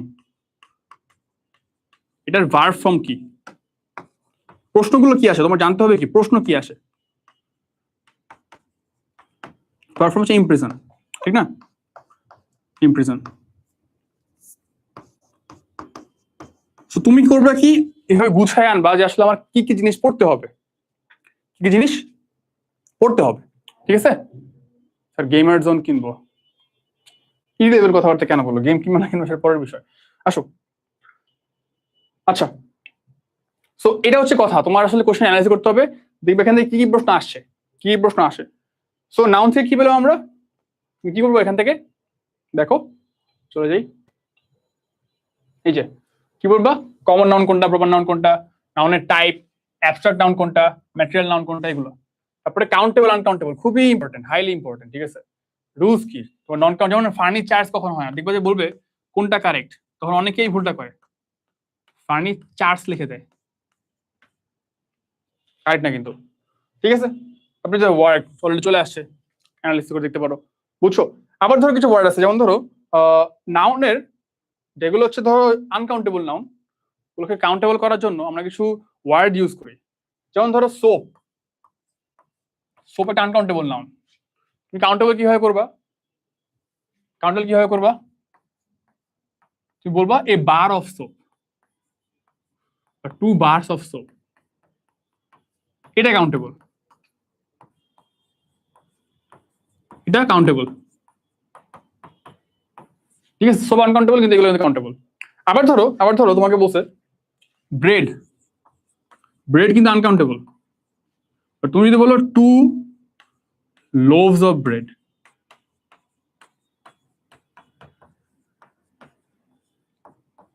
2, দুইটা রুল, একটা হচ্ছে লোভ থেকে লোভ হয়, তুমি জানো, এখানে একটা তোমার প্লুরাল করার রুল শিখে ফেললা, লোভ থেকে লোভস হয়, অফ ব্রেড, এইটা কিন্তু আবার কি, এটা কিন্তু কাউন্টেবল। সো কাউন্টেবল কোনটা, আনকাউন্টেবল কোনটা, এই রুলটা এখান থেকে আসে। আরো কিছু জিনিস আসে, যেমন তুমি দেখো, যেমন তোমরা জানো কাউন্টেবলের সাথে আমরা কি ইউজ করি, কাউন্টেবলের সাথে আমরা সাধারণত তোমার ফিউ ওয়ার্ডটা ইউজ করি, ফিউ, এ ফিউ, এগুলো ইউজ করি, ঠিক আছে। আবার আনকাউন্টেবলের সাথে আমরা কি ইউজ করি তোমরা জানো, লিটল, তারপরে ধরো নট এ লিটল বা এ লিটল, এই ওয়ার্ডগুলো ইউজ করি। সো তোমার মেইন কথা হচ্ছে আনকাউন্টেবল কাউন্টেবল থেকে কোনটা কোনটা কাউন্টেবল আনকাউন্টেবল শিখতে হবে, প্লাস তোমার কার প্লুরাল ফর্ম হয় কার হয় না, কার আগে এ লিটল বসে কার আগে ফিউ বসে, এই রুলস গুলো তোমার এখান থেকে পড়তে হবে, বুঝছো। গ্রামারের জন্য কোন বই কিনে ফেলবো, আচ্ছা গেমার না, আচ্ছা বুঝতে পারছি, গ্রামারকে ভুলে গেমার লিখছো, সমস্যা নাই। গ্রামারের জন্য বলছে তোমার কি সেম কথা, ওই যে মাস্টার বুক বা অ্যাপেক্স ইংলিশ বা আমাদের আরটিডিএস এর বই দেখতে পারো, এবং এই বইগুলো থেকে তোমার কি পড়তে হবে, রুলস পড়ে প্র্যাকটিসে চলে যেতে হবে, এটাই কাজ, রুলস প্লাস প্র্যাকটিস, প্রচুর প্র্যাকটিস করতে হবে। ইংলিশ যত প্র্যাকটিস করবা তত তোমার গ্রামারের অ্যাকুরেসি বাড়বে। আচ্ছা, এবার আসো কি আছে দেখি, আমরা নাউন থেকে দেখলাম, এবার আসে প্রোনাউন। নাউন থেকে আরেকটা টপিক নাম্বার এন্ড জেন্ডার পড়ে ফেলছো অলরেডি। দেখো জেন্ডার, বি, বি কি ড্রোন, তুমি জানো, বি এর masculine form, which of the following is a masculine noun, শোনো কিছু কিছু ওয়ার্ড আছে মাস্কুলিন, যেমন ধরো তোমার হচ্ছে ডেথ, এমন হবে ভাই মারা যাওয়া আবার মাস্কুলিন কিছু কি হবে, যেগুলো স্ট্রং ওয়ার্ডস, ঠিক আছে, এগুলো হচ্ছে ডেথ, তারপর ফায়ার, এগুলো হচ্ছে ইউজুয়ালি কি হয়, এগুলো মাস্কুলিন। আবার ধরো মুন, সান কিন্তু মাস্কুলিন জেন্ডার, আবার মুন হচ্ছে আবার ফেমিনিন জেন্ডার, ঠিক আছে। এই যে রুলগুলো আছে এগুলো তোমাদের বই দেখবা আছে, এখান থেকে প্রশ্ন আসছে আসলে, আচ্ছা, তোমাদের আরো মজার জিনিস দেখে, দেখো প্রোনাউন থেকে প্রথম প্রশ্ন, the word anybody is an example of. এখন মনে হতে পারে ভাই এই প্রশ্নটা কই থেকে আসছে, মানে আগে কখনো পড়ে নেই। গত বছর দেখো 23-24-25 আসছে, the word anybody is an example of. 23-24 তার ঠিক আগের বছর প্রশ্নটা কি ছিল, which one of the following is an example of indefinite pronoun? Answer কি ছিল জানো? অ্যান্সার ছিল হচ্ছে এনি। তো কত মজা খেয়াল করো, জাস্ট আগের বছর আসছে যে কোনটা ইনডেফিনিট প্রোনাউন, তুমি অ্যান্সার করছো এনি। ঠিক পরের বছর আসছে যে এনিবডি কিসের কোন টাইপের প্রোনাউনের example, indefinite pronoun. So English যারা বলে খুব কঠিন প্রশ্ন আছে তারা দেখো কি আসে, ইনডেফিনিট প্রোনাউন এক্সাম্পল। এটা বুঝছো, এই প্রশ্নটা এবার পরের বছর আসছে এনিবডি। সো যারা অ্যাকচুয়ালি পড়ছো রুলটা, মাস্কুলিনের বাংলা কি? আচ্ছা, মাস্কুলিনের বাংলা হচ্ছে তোমরা পড়ো না যে পুংলিঙ্গ স্ত্রীলিঙ্গ, বাংলা আমরা পড়ি পুংলিঙ্গ স্ত্রীলিঙ্গ, ওটা ইংলিশে বলে মাস্কুলিন এন্ড ফেমিনিন জেন্ডার, লিঙ্গ। বাংলা পড়ছো না লিঙ্গ, লিঙ্গ দিয়ে তোমার হচ্ছে পুংলিঙ্গ স্ত্রীলিঙ্গ ওইটারই। আচ্ছা, তারপর দেখো হোয়াট কাইন্ড অফ, দেখো এখন তুমি মনে করতে পারো যে প্রোনাউনের এক্সাম্পল, এই প্রশ্নটা কি এবারই প্রথম আসছে? না, প্রোনাউন এক্সাম্পল তার আগেও আসছে 22-23। দেখো তার আগের বছর হু, হোয়াট, হুইচ কোন ধরনের প্রোনাউন, এটা আমাদের ইন্টারোগেটিভ প্রোনাউন, ইন্টারোগেটিভ প্রোনাউন। ঠিক আছে, তো দেখো যে প্রোনাউন কোনটা, মানে কোন টাইপের প্রোনাউন, এটা কিন্তু কি প্রতি বছরই আসছে, টানা 3 বছর, 22-23-24-25-26 3 বছর আসছে। তোমার কাছেই হবে প্রোনাউনের সবগুলো টাইপ পড়ে ফেলা, সবগুলো টাইপ, ইন্টারোগেটিভ কোনটা, তারপর ডিস্ট্রিবিউটিভ প্রোনাউন কোনটা, ডেমনস্ট্রেটিভ কারা কারা, তারপর ইনডেফিনিট কারা কারা। ঠিক আছে, সো তোমার কাজ কি হবে প্রোনাউনের টাইপ গুলো পড়ে ফেলা। এবার আসো, তারপর দেখো all spoke in his favour, অলটা কি এখানে প্রোনাউন, এটা কোথা থেকে আসছে কোশ্চেনটা, এটা আসছে identification of parts of speech থেকে কোশ্চেনটা। সো পার্টস অফ স্পিচের আইডেন্টিফিকেশন এটা একটা 3 স্টার টপিক, এখান থেকে তুমি প্রায় বছরই প্রশ্ন পাবা। ঠিক আছে, আচ্ছা এরপর আসো, few men are free from faults. Few কি, দেখো আমরা কি জানি, আর নাউনকে মডিফাই করে কে, অ্যাডজেক্টিভ। নাউনকে মডিফাই করে কে, অ্যাডজেক্টিভ। তার মানে এখানে ফিউটা কি, adjective. Are you an early riser, an early riser, যদি একটা প্রিপোজিশনের পরে দুইটা ওয়ার্ড থাকে, প্রিপোজিশনের পরে দুইটা ওয়ার্ড থাকলে প্রথমটা অ্যাডজেক্টিভ, পরেরটা নাউন। এটা হচ্ছে আইডেন্টিফিকেশনের একদম বেসিক রুল, একদম কমন যে রুলটা, প্রথম আমরা এটাই শিখি নাউনকে চেনার জন্য। প্রিপোজিশনের পরে একটা ওয়ার্ড থাকে, যদি থাকে অ্যান রাইজার, ধরো এ বয়, তখন কি একটা ওয়ার্ড থাকলে নাউন। যদি থাকে এ গুড বয়, সো প্রথমটা অ্যাডজেক্টিভ, পরেরটা নাউন, একদম বেসিক যে রুলটা, সেখান থেকে দেখো প্রশ্ন চলে আসে। What is the adjective of the word home, হোমের অ্যাডজেক্টিভ হচ্ছে হোমলি, হোমলি। কনভার্সন বলছে না, নাউন থেকে অ্যাডজেক্টিভ, নাউন থেকে তোমার ভার্ব ফর্ম থেকে নাউন ফর্ম, এই কনভার্সনটা কিন্তু আসে, অ্যাডভার্ব ফর্ম এগুলো আসে। which part of speech is extraordinary, extraordinary মানে কি তোমার অর্ডিনারি না, সাধারণ, অসাধারণ, অসাধারণ, তার মানে কি একটা অ্যাডজেক্টিভ, কারো দোষ গুণ অবস্থা সংখ্যা প্রকাশ করতেছে। ভার্ব মডেলস এখান থেকে কি আছে দেখো, verb form of the word habit, হ্যাবিটেড ভার্ব ফর্ম হ্যাবিচুয়েট, তার মানে কনভার্সন থেকে প্রশ্ন আসে। কোনটা, modal verb as well as main verb, যে নিড, প্রশ্নটা need, modal plus main verb. Father loves me, এখানে লাভটা কিসের এক্সাম্পল, দেখো লাভস মি কি আছে, বাক্যের অবজেক্ট আছে, তার মানে কি ট্রানজিটিভ নাকি ইন্ট্রানজিটিভ, বাক্যের অবজেক্ট থাকলে কি ট্রানজিটিভ ভার্ব। তার মানে প্রশ্ন কই থেকে আসে, ভার্বের টাইপ থেকে প্রশ্ন আসে, কোনটা ট্রানজিটিভ, কোনটা ইন্ট্রানজিটিভ, কোনটা ইনকোহেটিভ ভার্ব, ভার্বের টাইপ থেকে প্রশ্ন আসে। ঠিক আছে, আচ্ছা এবার দেখো এরপরে কি আসছে, which of the following sentence uses right as a verb। আমরা সাধারণত মনে করি কি নাউন, অ্যাডজেক্টিভ, অ্যাডভার্ব এগুলো শব্দ ভিত্তিক, উত্তর হচ্ছে না, এগুলো ডিপেন্ড করে বাক্যে কোথায় ব্যবহার করা হয়েছে। যেমন আমি যদি বলি ওয়াটার দি প্ল্যান্টস, তোমরা কমেন্টে জানাবা যে এইখানে এখানে ওয়াটারটা কি হবে। আর আর আমি যদি বলি give me a glass of water, এখানে ওয়াটারটা কি হবে কমেন্টে জানাও। Give me a glass of water, এখানে ওয়াটারটা কি হবে। আর ওয়াটার দ্য প্ল্যান্টস, এখানে ওয়াটারটা কি হবে। দুটোই কিন্তু ওয়াটার, দুটোই সেম সেম শব্দ, কিন্তু বাক্যের অবস্থানের উপর ভিত্তি করে, বাক্যে শব্দটা কোথায় ইউজ হয়েছে তার উপর ডিপেন্ড করে কিন্তু আমাদের পার্টস অফ স্পিচ চেঞ্জ হবে। ওয়াটার দ্য প্ল্যান্টস হচ্ছে ভার্ব, কি বোঝাচ্ছে এখানে, বোঝাচ্ছে কি চারাগুলোতে পানি দাও, চারাগুলোতে পানি দাও। এখানে ওয়াটারটা কি হবে, এখানে ওয়াটারটা ভার্ব হবে। Give me a glass of water, কি পড়েছিলাম, প্রিপোজিশনের পরে একটা ওয়ার্ড থাকলে সেটা একটা নাউন হবে, পরে এটা কিন্তু নাউন। ঠিক আছে, মাহবুর রহমান, জান্নাত, এই তো কারাই সবাই পারতেছো, তোমরা তো অলরেডি পড়ছো, দেখছো দেখছো অলরেডি প্রিমেডিক্যাল থেকে সবাই পড়ে ফেলছে সবকিছু। সেকেন্ড টাইম না, এটা প্রিমেডিক্যালের ফ্রি ক্লাস, ফ্রি উইকের যে ক্লাসটা আর কি। ফার্স্ট একটা ভার্ব পড়াটা নাউন, দেখছো যে তো সবাই অলরেডি পড়ে ফেলছে। সো যারা অ্যাডভান্স তোমরা অনেক অ্যাডভান্স, দেখছো অলরেডি পড়ে ফেলছো। আচ্ছা এবার আসো যে পরের যে তিনটা প্রশ্ন দেখো, বুঝো দ্য ফলোইং 3 বছর 16, 17, 17, 18, 19, 20 কি আসছে, তিনবারই কিন্তু সেম টাইপের প্রশ্ন।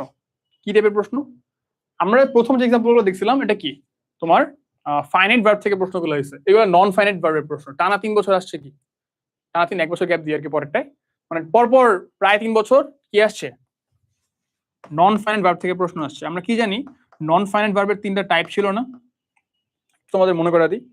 নন ফাইনাইট ভার্বের 3টা টাইপ ছিল আমাদের, একটা ছিল আমাদের জিরান্ড, একটা ছিল আমাদের পার্টিসিপল, পার্টিসিপল, একটা ছিল আমাদের ইনফিনিটিভ, ইনফিনিটিভ, জিরান, পার্টিসিপল, ইনফিনিটিভ। ঠিক আছে, জিরান কি ছিল, জিরান হচ্ছে যদি বাক্যে কোনো শব্দ ভার্ব প্লাস নাউনের কাজ করে। কি বলছি, বাক্যে যদি কোনো শব্দ ভার্ব প্লাস নাউনের কাজ করে তাকে আমরা বলবো জিরান্ড। যেমন তুমি যদি বলো যে swimming, swimming is good for health, এখানে সুইমিংটা কি বাক্যের সাবজেক্ট কিনা বলো তোমাকে, সুইমিংটা কি বাক্যের সাবজেক্ট নাকি অবজেক্ট নাকি ভার্ব, বাক্যের সাবজেক্ট। বাক্যের সাবজেক্ট হিসেবে কে ব্যবহার হয়, বাক্যের সাবজেক্ট হিসেবে আমরা জানি নাউন ব্যবহার হয়। এবং সুইমিং সাঁতার কাটা একটা ভার্ব, তার মানে এটা ভার্ব প্লাস নাউনের কাজ করতেছে, তার মানে কি হবে এটা জিরান্ড। কিন্তু আমি যদি বলি, আমি যদি বলি যে it is a swimming pool, it is a swimming pool, এখানে তুমি যদি খেয়াল করো, এখানে তুমি যদি খেয়াল করো এ সুইমিং পুল, আর্টিকেলের পরে কি বলছিলাম, আর্টিকেলের পরে যদি দুইটা শব্দ থাকে, প্রথমটা আমাদের অ্যাডজেক্টিভ, পরেরটা আমাদের নাউন। এটা অ্যাডজেক্টিভ প্লাস ভার্বের কাজ করতেছে, অ্যাডজেক্টিভ প্লাস ভার্বের কাজ করতেছে, অ্যাডজেক্টিভ প্লাস ভার্বের কাজ করলে তাকে আমরা বলবো পার্টিসিপল। ঠিক আছে, আর ইনফিনিটিভ খুবই সহজ, তোমরা জানো যে টু প্লাস ভার্বের বেস ফর্ম। যেমন ধরো we have to go now, we have to plus ভার্বের বেস ফর্ম, বেস ফর্ম মানে ধরো যে বেস ফর্ম যেটা গো, গো নাও। তো এটা আমাদের কি হবে তাহলে, এইটা আমাদের হচ্ছে ইনফিনিটিভ। ক্লিয়ার জিনিসটা। সো এই যে আমাদের এই নন ফাইনাইট ভার্বের যে কমন 3টা ফর্ম, এখান থেকে টানা 3টা কোশ্চেন আসছে। যেমন দেখো walking is a good exercise, কমেন্টে জানা ওয়াকিংটা কি হবে, দেখো নাউন প্লাস ভার্বের কাজ করতেছে, কি হবে জিরান হবে। Hearing the noise the boy woke up, আচ্ছা হিয়ারিং দ্য নয়েজ এটা একটা ফ্রেজ, এটাকে আমরা বলি adverbial participle phrase, participle phrase. তো এটা একটা পার্টিসিপল, কেন পার্টিসিপল, কারণ দেখো hearing the noise the boy woke up ছেলেটার অবস্থা বোঝাচ্ছে, ছেলেটাকে মডিফাই করতেছে, বয়টা কি নাউন না, এখানে এই নাউনকে মডিফাই করতেছে, নাউনকে মডিফাই কি করে অ্যাডজেক্টিভ, অ্যাডজেক্টিভ প্লাস ভার্বের কাজ করতেছে, এখানে হিয়ারিং কি হবে পার্টিসিপল। ঠিক আছে, সো অ্যাডজেক্টিভ প্লাস মানে verb plus adjective participle, verb plus নাউনের কাজ করলে জিরান্ড। সহজ দুইটা রুল, 2 বছরের প্রশ্ন চলে আসে। which of the following is the past participle form of swim? swim এর past participle form হচ্ছে swam, তারপর অলরেডি, ঠিক না? Present form, past form, past participle form এখান থেকে আসে। সো এই গেল আমাদের ভার্বের থেকে। তারপর দেখো অ্যাডভার্ব অফ রোটেশনাল। আমরা জানি কি রোটেশনাল কি হবে? রোটেশনালি কিছু কিছু সাফিক্স যুক্ত করলে ভার্বকে বা নাউনকে অ্যাডজেক্টিভে করা যায়, কিছু সাফিক্স যুক্ত করলে ভার্বকে বা নাউনকে অ্যাডভার্বে কনভার্ট করা যায়। এই সাফিক্স গুলো জানতে হবে আমাদের, সাফিক্স গুলো জানতে হবে কি কি সাফিক্স অ্যাড করলে তোমার কনভার্সনটা করা যায়। The flight is living shortly. Shortly কাকে মডিফাই করতেছে? লিভিং কে। দেখো the flight is living shortly.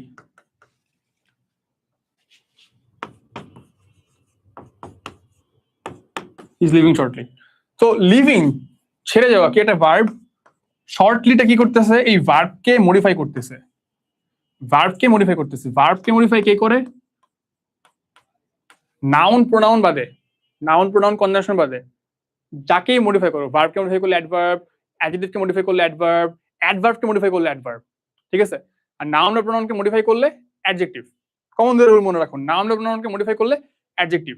Noun pronoun বাদ দিয়ে তোমার যত পার্টস অফ স্পিচ আছে, ঠিক আছে, নাউন প্রোনাউন কনজাংশন বাদ দিয়ে যত পার্টস অফ স্পিচ আছে সবগুলোকে মডিফাই করলে কি? অ্যাডভার্ব। সো ভার্বকে মডিফাই করলে কি হবে? এটা অ্যাডভার্ব। তোমাদের একটা মজার জিনিস দেখাই, the flight is leaving shortly। ওই যে একটু আগে পড়ছিল না যে are you an early riser, একটু আগে ছিল না যে অ্যান আর্লি রাইজার। তো যারা অ্যাকচুয়ালি না বুঝে পড়ে গ্রামারটা, ওরা কি করছে জানো? অ্যান আর্লি রাইজারটা কি ছিল? তখন অ্যাডজেক্টিভ ছিল। কেন অ্যাডজেক্টিভ? ওই যে রুল ছিল কি, আর্টিকেলের পরে দুইটা ওয়ার্ড থাকলে প্রথমটা অ্যাডজেক্টিভ, পরেরটা নাউন। সো ওরা করছিল কি, এই আর্লি ওরা হচ্ছে এল ওয়াই মানে অ্যাডভার্ব, এল ওয়াই মানে অ্যাডভার্ব। সো তখন পরে আসলে অ্যাডজেক্টিভ। তো অনেকে আর্লি দেখে শর্টলি দেখছে, তারপরের বছরের প্রশ্ন এই শর্টলি আসছে আর অ্যাডজেক্টিভ দেখাই দিয়েছে। সো না বুঝে পড়লে এই ভুলটা করে ফেলে, বুঝছো? যারা বুঝে পড়ে না ওরা আসলে এই কাজটা করে ফেলে। অনেকে আবার জাস্ট মনে করে এল ওয়াই মানে অ্যাডভার্ব, ওরা আবার এটাকে অ্যাডভার্ব বসাই দিছে। সো রুল না বুঝে কখনো মুখস্থ করতে যাবা না, ইংলিশে রুল বুঝে পড়বা। এই পার্টস অফ স্পিচের পুরো জিনিসটাই অ্যাকচুয়ালি ডিপেন্ড করে বাক্যে কোথায় ব্যবহার করা হয়েছে, এর অর্থটা কি, অর্থটা কি, ঠিক আছে? শুধু এল ওয়াই মানে কিন্তু অ্যাডভার্ব এরকম না জিনিসটা, ভার্বকে মডিফাই করলে অ্যাডভার্ব, ঠিক আছে? সো রুল বুঝে বুঝে পড়ো। এই ভুলটা অনেকেই করছিল ওই বছর, আর আর্লি পড়ে আসছিল, দেন শর্টলি দেখে অ্যাডজেক্টিভ দেখাই দিয়েছে। বুঝছো জিনিসটা? এই কাজটা করা যাবে না। আচ্ছা, the teacher has repeated herself twice. repeated herself twice কয়বার রিপিট করছে? দুইবার রিপিট করছে। কাকে মডিফাই করতেছে? রিপিটেড কে মডিফাই করতেছে। রিপিটেড পুনরাবৃত্তি করা, ভার্বকে মডিফাই করলে অ্যাডভার্ব, ঠিক আছে? he was wise enough, ওয়াইজটা কি? অ্যাডজেক্টিভ। কাকে মডিফাই দেখো, he was wise, হিটা কি? প্রোনাউন, প্রোনাউনকে মডিফাই করে কি? অ্যাডজেক্টিভ। অ্যাডজেক্টিভকে মডিফাই করবে কে? অ্যাডভার্ব। কত সুন্দর দেখছো? হি ওয়াজ ওয়াইজ মানে ওয়াইজটা কি? তাকে মডিফাই করতেছে প্রোনাউন, হিটা প্রোনাউন, প্রোনাউনকে মডিফাই করবে অ্যাডজেক্টিভ, অ্যাডজেক্টিভকে মডিফাই করবে adverb. Wise Naf to accept the offer হবে আদার, যাই হোক আদার, ঠিক আছে? সো এবার আমরা দেখবো একটা সামারি, চেক কতবার কত প্রশ্ন কত জায়গা থেকে আসে। তো এই যে অ্যানালাইসিসটা বলতেছি না, দেখো যারা হচ্ছে এইভাবে না বুঝে পড়ছিল ওরা কিন্তু এই ভুলগুলো করছিল। তো আমি আসলে কয়েক বছর দেখছিলাম যে আসলে কে কোথায় কি কি ভুল করে, এভাবে জিনিসটা বানানো। তোমরা যদি শুরু থেকে এভাবে গুছিয়ে পড়ো কি কি পড়তে হবে, তাহলে দেখবে পড়াটা খুব সহজ লাগবে। সো নাউন থেকে দেখে ফেলছি verb, modify and non final আলাদা করে লেখা হয়েছে। কেন? ওই যে পার্টিসিপল, জিরান্ট, ইনফিনিটিভ, এখান থেকে প্রশ্ন আসে। তারপরে দেখো মডেল, নিড চলে আসছিল, কোনটা? মেইন ভার্ব এবং তোমার মডেল ভার্ব, ডেয়ার, এগুলো বলে সেমি মডেলস। সেমি মডেলস একবার আসছিল নিড, তার আগে ডেন্টালে আসছিল ডেয়ার, দুই কিন্তু চলে আসছে। অনেকে মনে করে ভাই নিড কই থেকে আসছে, যে দেখছিলেন না কোনটা কোনটা তোমার মডেল প্লাস মেইন ভার্ব, হাওয়া থেকে আসে নাই, কারণ তার আগের বছর ডেয়ারটা আসছিল ডেন্টালে, বুঝছো? তো কোনো কোশ্চেন কিন্তু একদম শূন্য থেকে আনা না, তারা বিগত বছরের কোন না কোনো প্রশ্ন দেখে তারপরে আনা। যেমন তারপর দেখো কোনটা কোনটা ট্রানজিটিভ পড়ছে আমরা, ইনট্রানজিটিভ এগুলো পড়তে হবে, ইনকোয়ারেটিভ চলে আসছিল একবার, নন ফাইনাইটের মধ্যে জিরান পার্টিসিপল, ঠিক আছে? আচ্ছা, তারপর দেখো প্রোনাউন, প্রোনাউন থেকে কি আসছিল? প্রোনাউনের টাইপ, প্রোনাউনের টাইপ যেমন ডেমনস্ট্রেটিভ কারা কারা, ইনডিফিনিট আসছিল দেখছো দুইবার অলরেডি, রিলেটিভ প্রোনাউন আসছে, রেসিপ্রোকাল প্রোনাউন আসছে, পার্সোনাল আসছে, দেখছো? রিফ্লেক্সিভ প্রোনাউন কোনগুলা, সো তুমি কি করবা, তুমি এই আমি স্লাইডটা দিয়ে দিব, স্লাইডের টপিক ধরে ধরে মাথায় আনবা যে এখান থেকে প্রশ্ন আসলে তুমি পারো কিনা। এটা একটা চেকলিস্ট, এটা একটা চেকলিস্ট, ঠিক আছে? তুমি স্লাইডের টপিক ধরে ধরে পড়ে ফেলবা। প্রোনাউনের রুলস আছে, দেখো এটা 2-3-1 রুল। এটা কি রুল বুঝে তুমি পড়ছো না? ইউ, হি এন্ড আই, ঠিক আছে? কিভাবে আসে 2-3-1, মানে আগে 2 সেকেন্ড, তারপরে third person, second person, third person এবং ফার্স্ট পারসন, এভাবে জিনিসটা আসে 2-3-1। আরেকটা রুল আছে এরকম, যেমন ধরো 1-2-3 যদি দোষ স্বীকার করা বোঝায়, যদি যদি দোষ স্বীকার বোঝায়, দোষ স্বীকার করলে তোমার দোষ আগে, ঠিক আছে? নর্মালি বললে ইউ আগে, তুমি আগে, বাট দোষ স্বীকার করলে অলওয়েজ তুমি আগে, আমার দোষ বেশি। দোষ স্বীকার করা বুঝালে তখন কি বসে জানো? তখন আমি আগে, ঠিক আছে, তারপরে তুমি, I, you and he are guilty. যদি দেখো গিলটি মানে ওর দোষ আছে, ও ক্রাইম করছে, তখন তখন তুমি আগে, বুঝছো? আচ্ছা, সো ওই 2-3-1 থেকে কিন্তু প্রশ্ন আসে। ক্লাস তো 9টা না, কেমিস্ট্রি ক্লাস তো সেকেন্ড টাইমের দের, এটা হবে, এটা পরে শুরু হবে, সমস্যা নেই। আচ্ছা, নেক্সট আসো। তারপরে দেখো অ্যাডজেক্টিভসে কি পড়ছিলাম আমরা? ডিটারমাইনার আসছে, এগুলো ইউজ, বেনিফিশিয়াল, ফাইন্যান্সিয়াল, ঠিক আছে? তো বেনিফিট থেকে বেনিফিশিয়াল কনভার্সন আসছে, হোম থেকে হোমলি কনভার্সন আসছে। তারপর আসে অ্যাডভার্ব, রোটেশনালি পড়ছি অলরেডি আমরা, ঠিক আছে? ফ্রিকোয়েন্সি, টাইম, ও অ্যাডভার্বের টাইপ আসে, adverb of manner, adverb of time, ঠিক আছে? অ্যাডভার্ব অফ ফ্রিকোয়েন্সি, যে টোয়াইস, কয়বার, ফ্রিকোয়েন্সি, বুঝছো জিনিসটা? টাইম যেমন টুমোরো, হচ্ছে গিয়ে তোমার হচ্ছে কি ফ্রিকোয়েন্টলি, শর্টলি, স্লোলি, ম্যানার, এগুলো আসে। সাফিক্স শিফট, তোমার ধরো যে সাফিক্স অ্যাড করে রোটেশনালি, ইকোনমিক্যালি, এই ধরনের প্রশ্ন আসে। নাম্বার জেন্ডার থেকে বেসিক্যালি তুমি দেখছো যে এই যে অ্যাপেন্ডিক্স থেকে অ্যাপেন্ডিসেস, তারপর তোমার ধরো হচ্ছে এথিক্স, এগুলো সিঙ্গুলার। আর একটা রুল বলি, এটা আসে, যেমন ধরো ম্যাথমেটিক্স,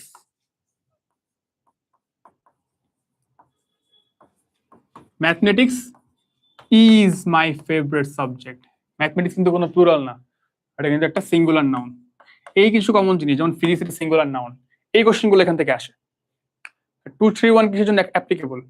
আচ্ছা, 2-3-1 রুলটা হচ্ছে ওই যে ধরো একাধিক তোমার হচ্ছে আছে, পার্সন আছে, ধরো তিনজন একটা কাজ করছো, ধরো ইউ, উপরে লিখি তাহলে সহজ হবে।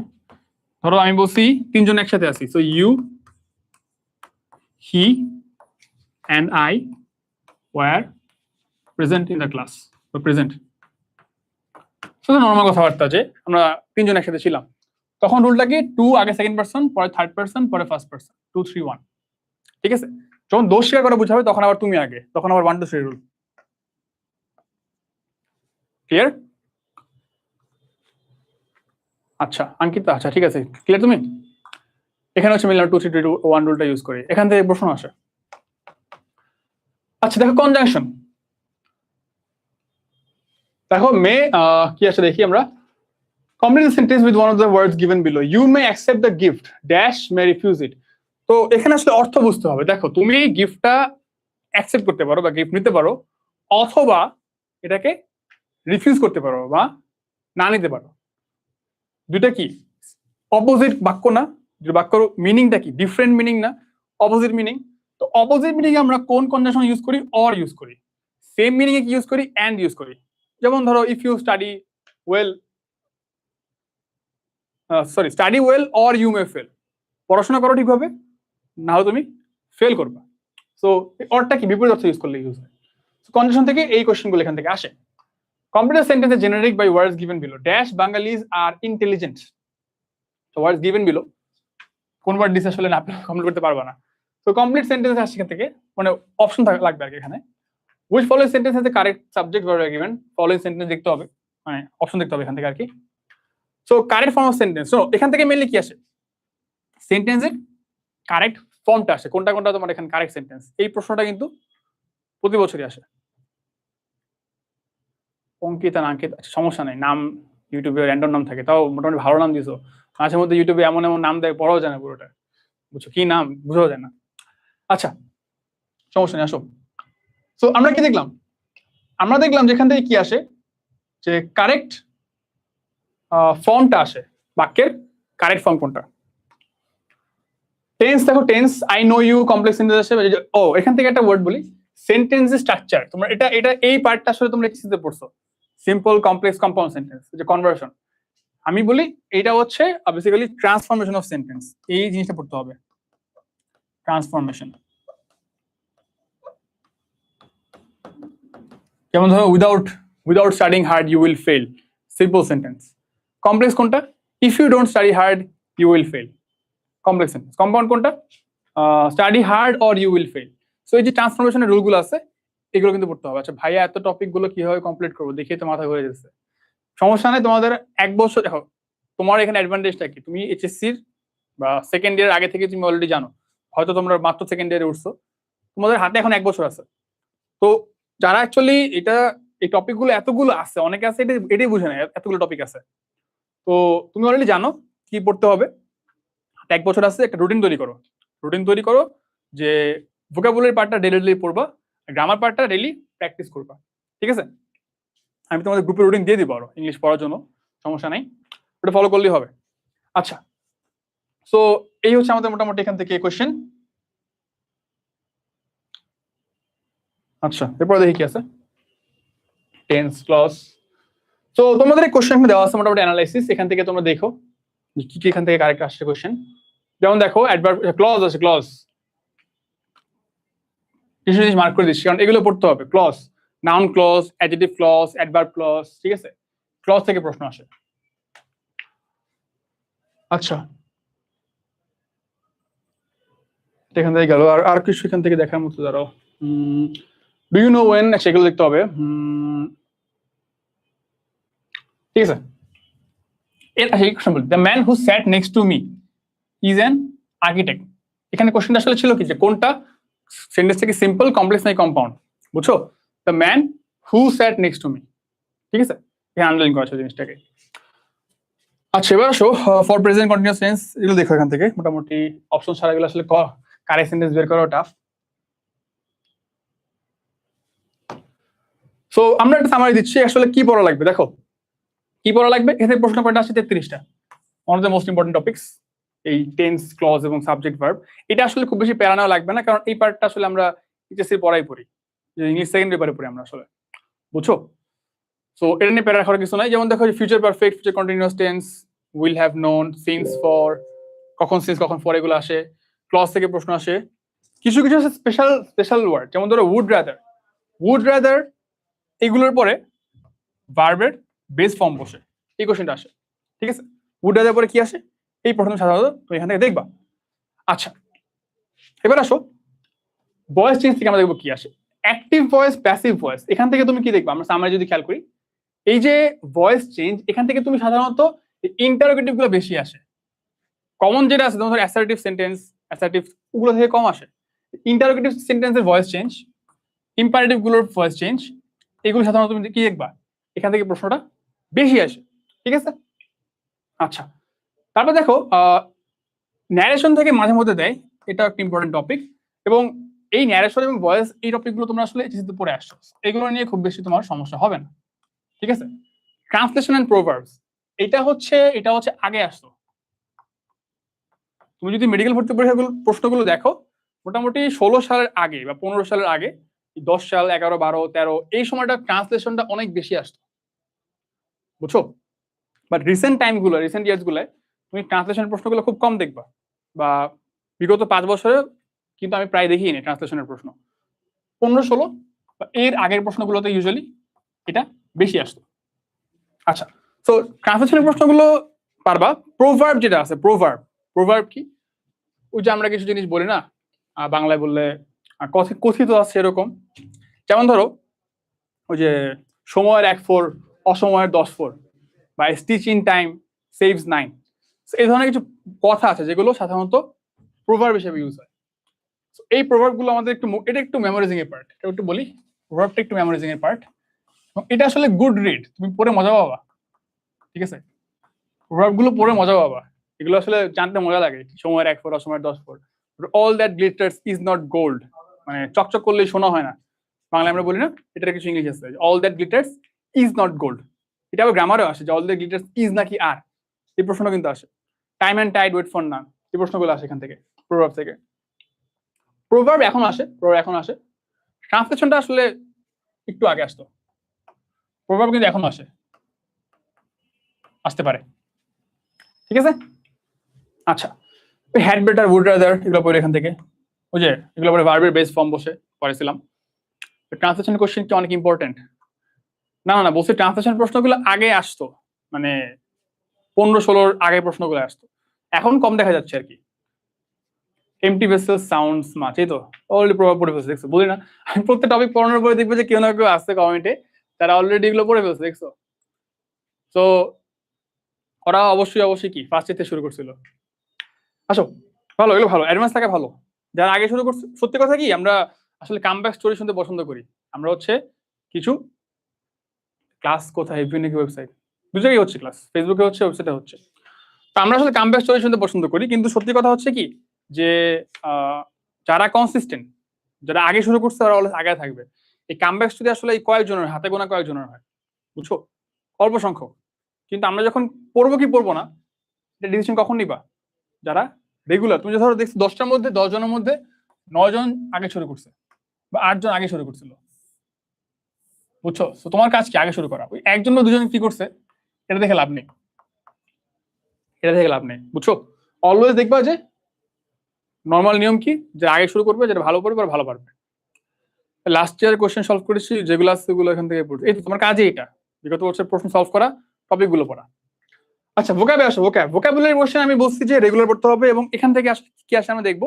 সাধারণত সিনোনিম অ্যান্টোনিম দিয়ে প্রশ্ন আসে, এবং এটা আসলে একটা টপিক যেখান থেকে প্রতি বছর প্রশ্ন আসে। মানে এই সিনোনিম অ্যান্টোনিম টপিকটা আসলে একটা জেনারেল টপিক। তুমি যদি কোশ্চেন ব্যাংক দেখো, তুমি দেখবা অলমোস্ট প্রত্যেক বছরই একটা হলেও সিনোনিম অ্যান্টোনিমের প্রশ্ন আসে, অলমোস্ট ইচ ইয়ার। 42টা প্রশ্ন মানে শুধু 42টা র্যান্ডম আসে এরকম না, একবার 3-4 বার এরকম না, প্রতি বছরই দেখা যায় অ্যাটলিস্ট একটা বা দুইটা করে এই সিনোনিম অ্যান্টোনিমের প্রশ্ন দিয়ে থাকে, বুঝছো? এখান থেকে মোটামুটি সিনোনিম অ্যান্টোনিম এবং অ্যাপ্রোপ্রিয়েট প্রিপোজিশন, এই দুটো টপিক যদি এখান থেকে দেখাই, এই দুটো টপিক, সিনোনিম অ্যান্টোনিম একটা, আর হচ্ছে আমাদের এই যে অ্যাপ্রোপ্রিয়েট প্রিপোজিশন টপিক একটা। এখান থেকে আসলে ইচ ইয়ার প্রশ্ন আসে, অলমোস্ট ইচ ইয়ার, ঠিক আছে? সো এগুলো এগুলো তোমার একদম কি বলে, বাংলা একটা কথা আছে না, নখ দর্পণে থাকতে হবে, নখ দর্পণে থাকতে হবে এই টপিক গুলো, বুঝছো? চলো আমরা দেখি আসলে কি কি আছে এখান থেকে। আচ্ছা, দেখো, I head the story from the horse's mouth. Horse's mouth বলতে কি বোঝায়? তারপর দেখো মানে ডিরেক্ট থেকে, সোর্স থেকে বোঝায়। I could hardly find the team is consist of 11 players, এগুলো একটা অ্যাপ্রোপ্রিয়েট প্রিপোজিশন, বুঝছো? এগুলো হচ্ছে অ্যাপ্রোপ্রিয়েট প্রিপোজিশন। আমি মোটামুটি কোশ্চেনগুলো এখানে দিয়ে দিতে, সবগুলো আসলে সলভ করার কিছু নেই, তোমরা স্লাইড থেকে করে নিও, সমস্যা নেই। সব আমাদের ক্লাসে করাবো, আমি জাস্ট একটা সামারি দেখাচ্ছি যে কি কি প্রশ্ন এখান থেকে আসে। আচ্ছা, সো আমাদের একটা ছোট্ট টপিক আছে, সেটা হচ্ছে লিটারেচার। লিটারেচার টপিকটা হচ্ছে মাঝে মধ্যে আছে, সামটাইমস, বাট দুই একবার কোশ্চেন দেয়। যেমন দেখো, what is who is the author of animal farm, George Orwell.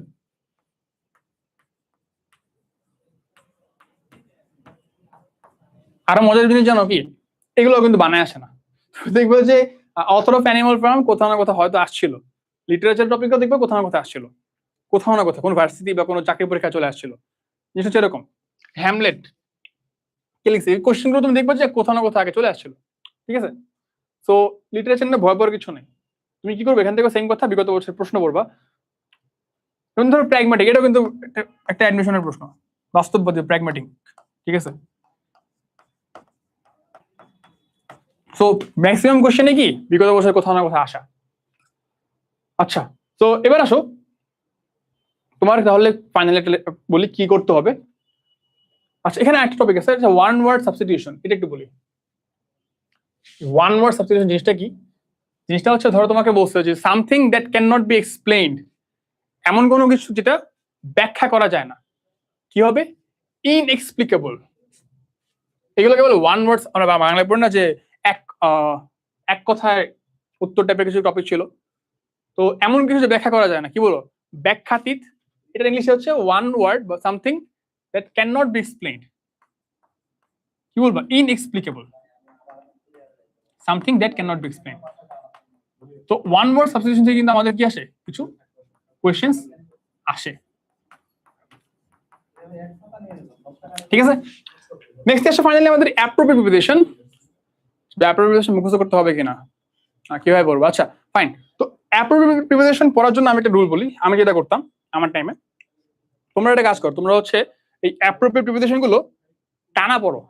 যেমন ধরো হচ্ছে তোমার অ্যাকাস্টম, অ্যাংজাইটি ফর, ঠিক আছে, তারপর ধরো হচ্ছে অ্যাকুইটেড অফ।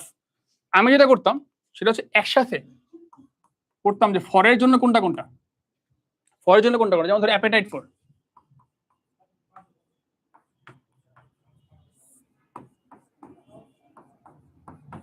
ঠিক আছে, তারপর ধরো হচ্ছে তোমার অ্যাংজাইটি ফর,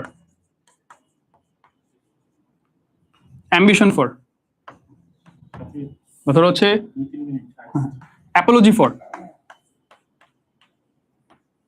সো কাজটা কি তোমার, ফরের পরে কোনগুলো হয় একসাথে পড়া, অফের পরে কোনগুলো হয় একসাথে পড়া।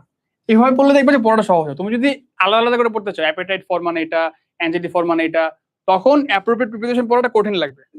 বাট তুমি যদি ফরের জন্য কোনটা কোনটা অ্যাপ্রোপ্রিয়েট প্রিপোজিশন, মানে কার কার পরে ফর বসে, কার কার পরে অফ বসে, কার কার পরে তোমার টু বসে, এগুলো যদি একবারে পড়ে ফেলতে পারো তাহলে কিন্তু পড়াটা সহজ হবে। এবং এই অ্যাপ্রোপ্রিয়েট প্রিপোজিশন পড়াটা তুমি দেখবা যে মাস্টার বইয়ে বা হচ্ছে আমাদের অ্যাপেক্স ইংলিশেও এভাবে চ্যাপ্টারের শেষে, শুরুতে তোমার ধরো এ বি সি ভাবে আছে, লাস্টে দেখবা ফরে কোনগুলো, টু এ কোনগুলো, অফে কোনগুলো আলাদাভাবে দেওয়া আছে। আমি এই কাজটা করছিলাম যে লাস্টে যে টপিকটা ছিল একদম শেষে এটা পড়ে ফেলছিলাম, তাহলে কিন্তু পড়াটা সহজ হয়। ভাই আমি এইচএসসিতে অ্যাপ্রোপ্রিয়েট প্রিপোজিশন নোট পড়েছিলাম, এখন কি এটা পড়লে পারবো কিনা? আচ্ছা নোটে পড়তে পারো, সমস্যা নাই, বাট নোটটা অবশ্যই আগে পড়বা। এরপর দেখবা যেগুলো বই আছে বাট নোটে নাই, এগুলো কিন্তু পড়ে ফেলতে হবে। আর যদি দেখো যে, আর একটা কথা বলি, এই অ্যাপ্রোপ্রিয়েট প্রিপোজিশন সিনোনিম এগুলো এগুলো এবিসিডি করে পড়ার থেকে তুমি আগে কি করবা, কোশ্চেন ব্যাংকে চলে যাবে। তুমি দেখবা যে বিসিএস প্রশ্নে বা বিগত বছরের ভার্সিটি কোশ্চেনে কি কি অ্যাপ্রোপ্রিয়েট প্রিপোজিশন বা কি কি সিনোনিম আসছিল, ঠিক আছে, ওইটা আগে দেখে ফেললে তোমার নেক্সট ভিতরে পড়াটা সহজ হবে। সো কি করবা বলছি, সিনোনিম পড়ার সময় আগে হচ্ছে আমরা কিউবি সলভ করবা। কারণ তুমি যদি একদম এ টু জেড পড়তে যাও খুব প্যারা খাবা, তুমি বইয়ে একদম লাস্টে চলে যাবা, লাস্টে চলে গিয়ে কোশ্চেন ব্যাংক সলভ করবা। এরপরে যদি মনে হয় যে আমার আরো টাইম আছে, আমি আরো সিনোনিম পড়তে পারবো, আরো অ্যাপ্রোপ্রিয়েট পড়তে পারবো, দেন তুমি বইয়ে যাবা, বইতে এবিসি যেভাবে পড়ো যে কটা পড়তে পারো, সমস্যা নেই। বাট আগে তুমি কোশ্চেন সলভ করবা এবং দেখবা যে ম্যাক্সিমাম টাইমে এমন হয় যে বিগত বছরের প্রশ্ন থেকে কিন্তু কোশ্চেনটা চলে আসে, ঠিক আছে। সো আমরা একটা ফাইনালি সামারি দিচ্ছি কি কি তোমার করতে হবে। ফার্স্ট অফ অল আমাদের বুক লিস্ট বা তোমার একটা বই নিতে হবে, অ্যাপেক্স মাস্টার বা আরটিডিএস এর বই, সবগুলো মোরলেস সেমই, ঠিক আছে। আমাদের বইটা একটু গুছানো আর কি, একটু কম্প্যাক্ট করা। বা তুমি বাচ্চারা দেখো ম্যাক্সিমাম বইতে আসলে কি আছে, কোশ্চেন ব্যাংক আছে, এমন কোনো বই যেখানে বিগত বছরের সব কোশ্চেন্স আছে, ঠিক আছে। একটা বই ফার্স্টে ম্যানেজ করবা, দেন কাজ কি, ভোকাবুলারি রুটিন রেডি করা। এই রুটিনটা কি তোমার সিনোনিম অ্যান্টোনিম,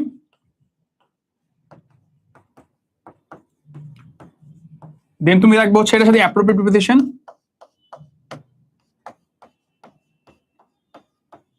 তারপর এখানে কি রাখবা, phrase and idioms, group verb আছে গ্রুপ ভার্ব, তারপরে দেখতে পারো স্পেলিং। স্পেলিং পড়তে টাইম কম লাগবে, বুঝছো।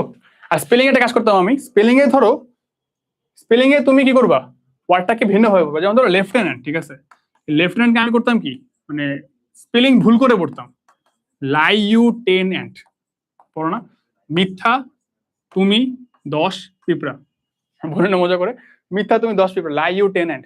সো লেফটেন্যান্ট না বলো, তুমি যদি লাইউটেন্যান্ট বলো তখন দেখবে যে স্পেলিংটা মনে থাকতেছে, ঠিক আছে। স্পেলিং পড়ার জন্য কি বলছি, স্পেলিং পড়ার জন্য প্রোনাউন্সিয়েশন ভুল করবা, স্পেলিং পড়ার জন্য কি করবা, প্রোনাউন্সিয়েশন উচ্চারণ ভুল করে পড়বা, আমরা বলি যে ভুল উচ্চারণে পড়া, ঠিক আছে?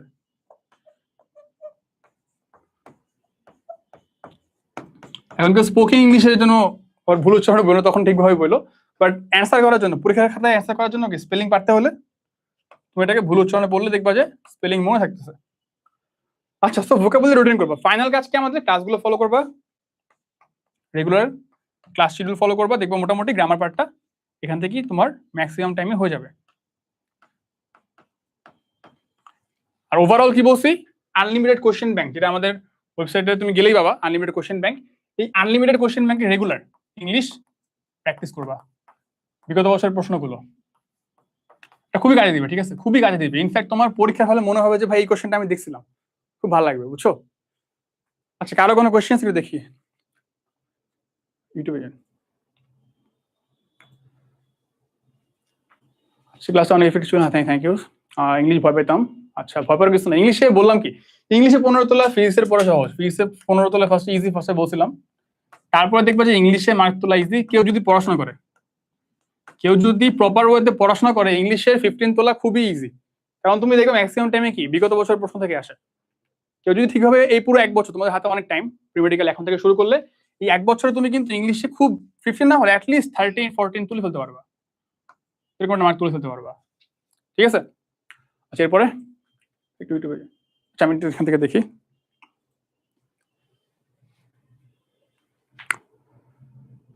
কারো কোনো কোয়েশ্চেন থাকলে জানাতে পারো এখনই।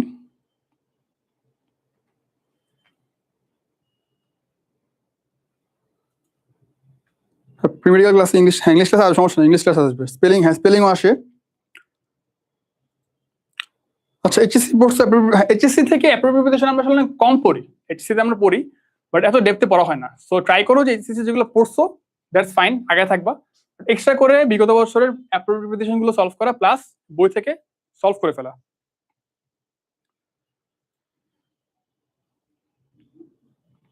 আচ্ছা 26 আছে কিনা? আচ্ছা 26 আছে, ফাইন, সমস্যা নেই। 26-এর তো এখন শুরু, কোনো প্যারা নেই। প্রতিদিন রোজ পড়ার সমস্যা সমাধান হয়ে যাবে, হ্যাঁ অবশ্যই। ক্লাসগুলো করো, ক্লাসে আমরা গ্রামার পার্টটা একদম কমপ্লিটলি শেষ করে দিব, এবং ভোকাবুলারি পার্টটা কিন্তু ক্লাসে আমরা দিব, এবং ক্লাসের বাইরেও রেগুলার আমি রুটিন করে দিব। রেগুলার তোমাদের ভোকাবুলারি পড়া থাকবে। এই যে টপিকগুলো লিখলাম না, এগুলো একদিনে হবে না, ধীরে ধীরে রেগুলার পড়তে হবে, ঠিক আছে? তো আজকে এ পর্যন্তই। কারো কোনো কোশ্চেন না থাকলে আমরা শেষ করে দিই এখানে। সবাই ভালো থাকবে, সুস্থ থাকবে। ইংলিশ ভয় পাওয়ার কিছু নাই, ওই যে বললাম ইংলিশের 15-এর মধ্যে অ্যাটলিস্ট ইনশাল্লাহ আমরা 13+, 15 থাকবে টার্গেট, 13 নিচে যাতে না যায়, ঠিক আছে? সবার জন্য বেস্ট অফ লাক, সবাই ভালো থাকবে, সুস্থ থাকবে। আসসালামু আলাইকুম।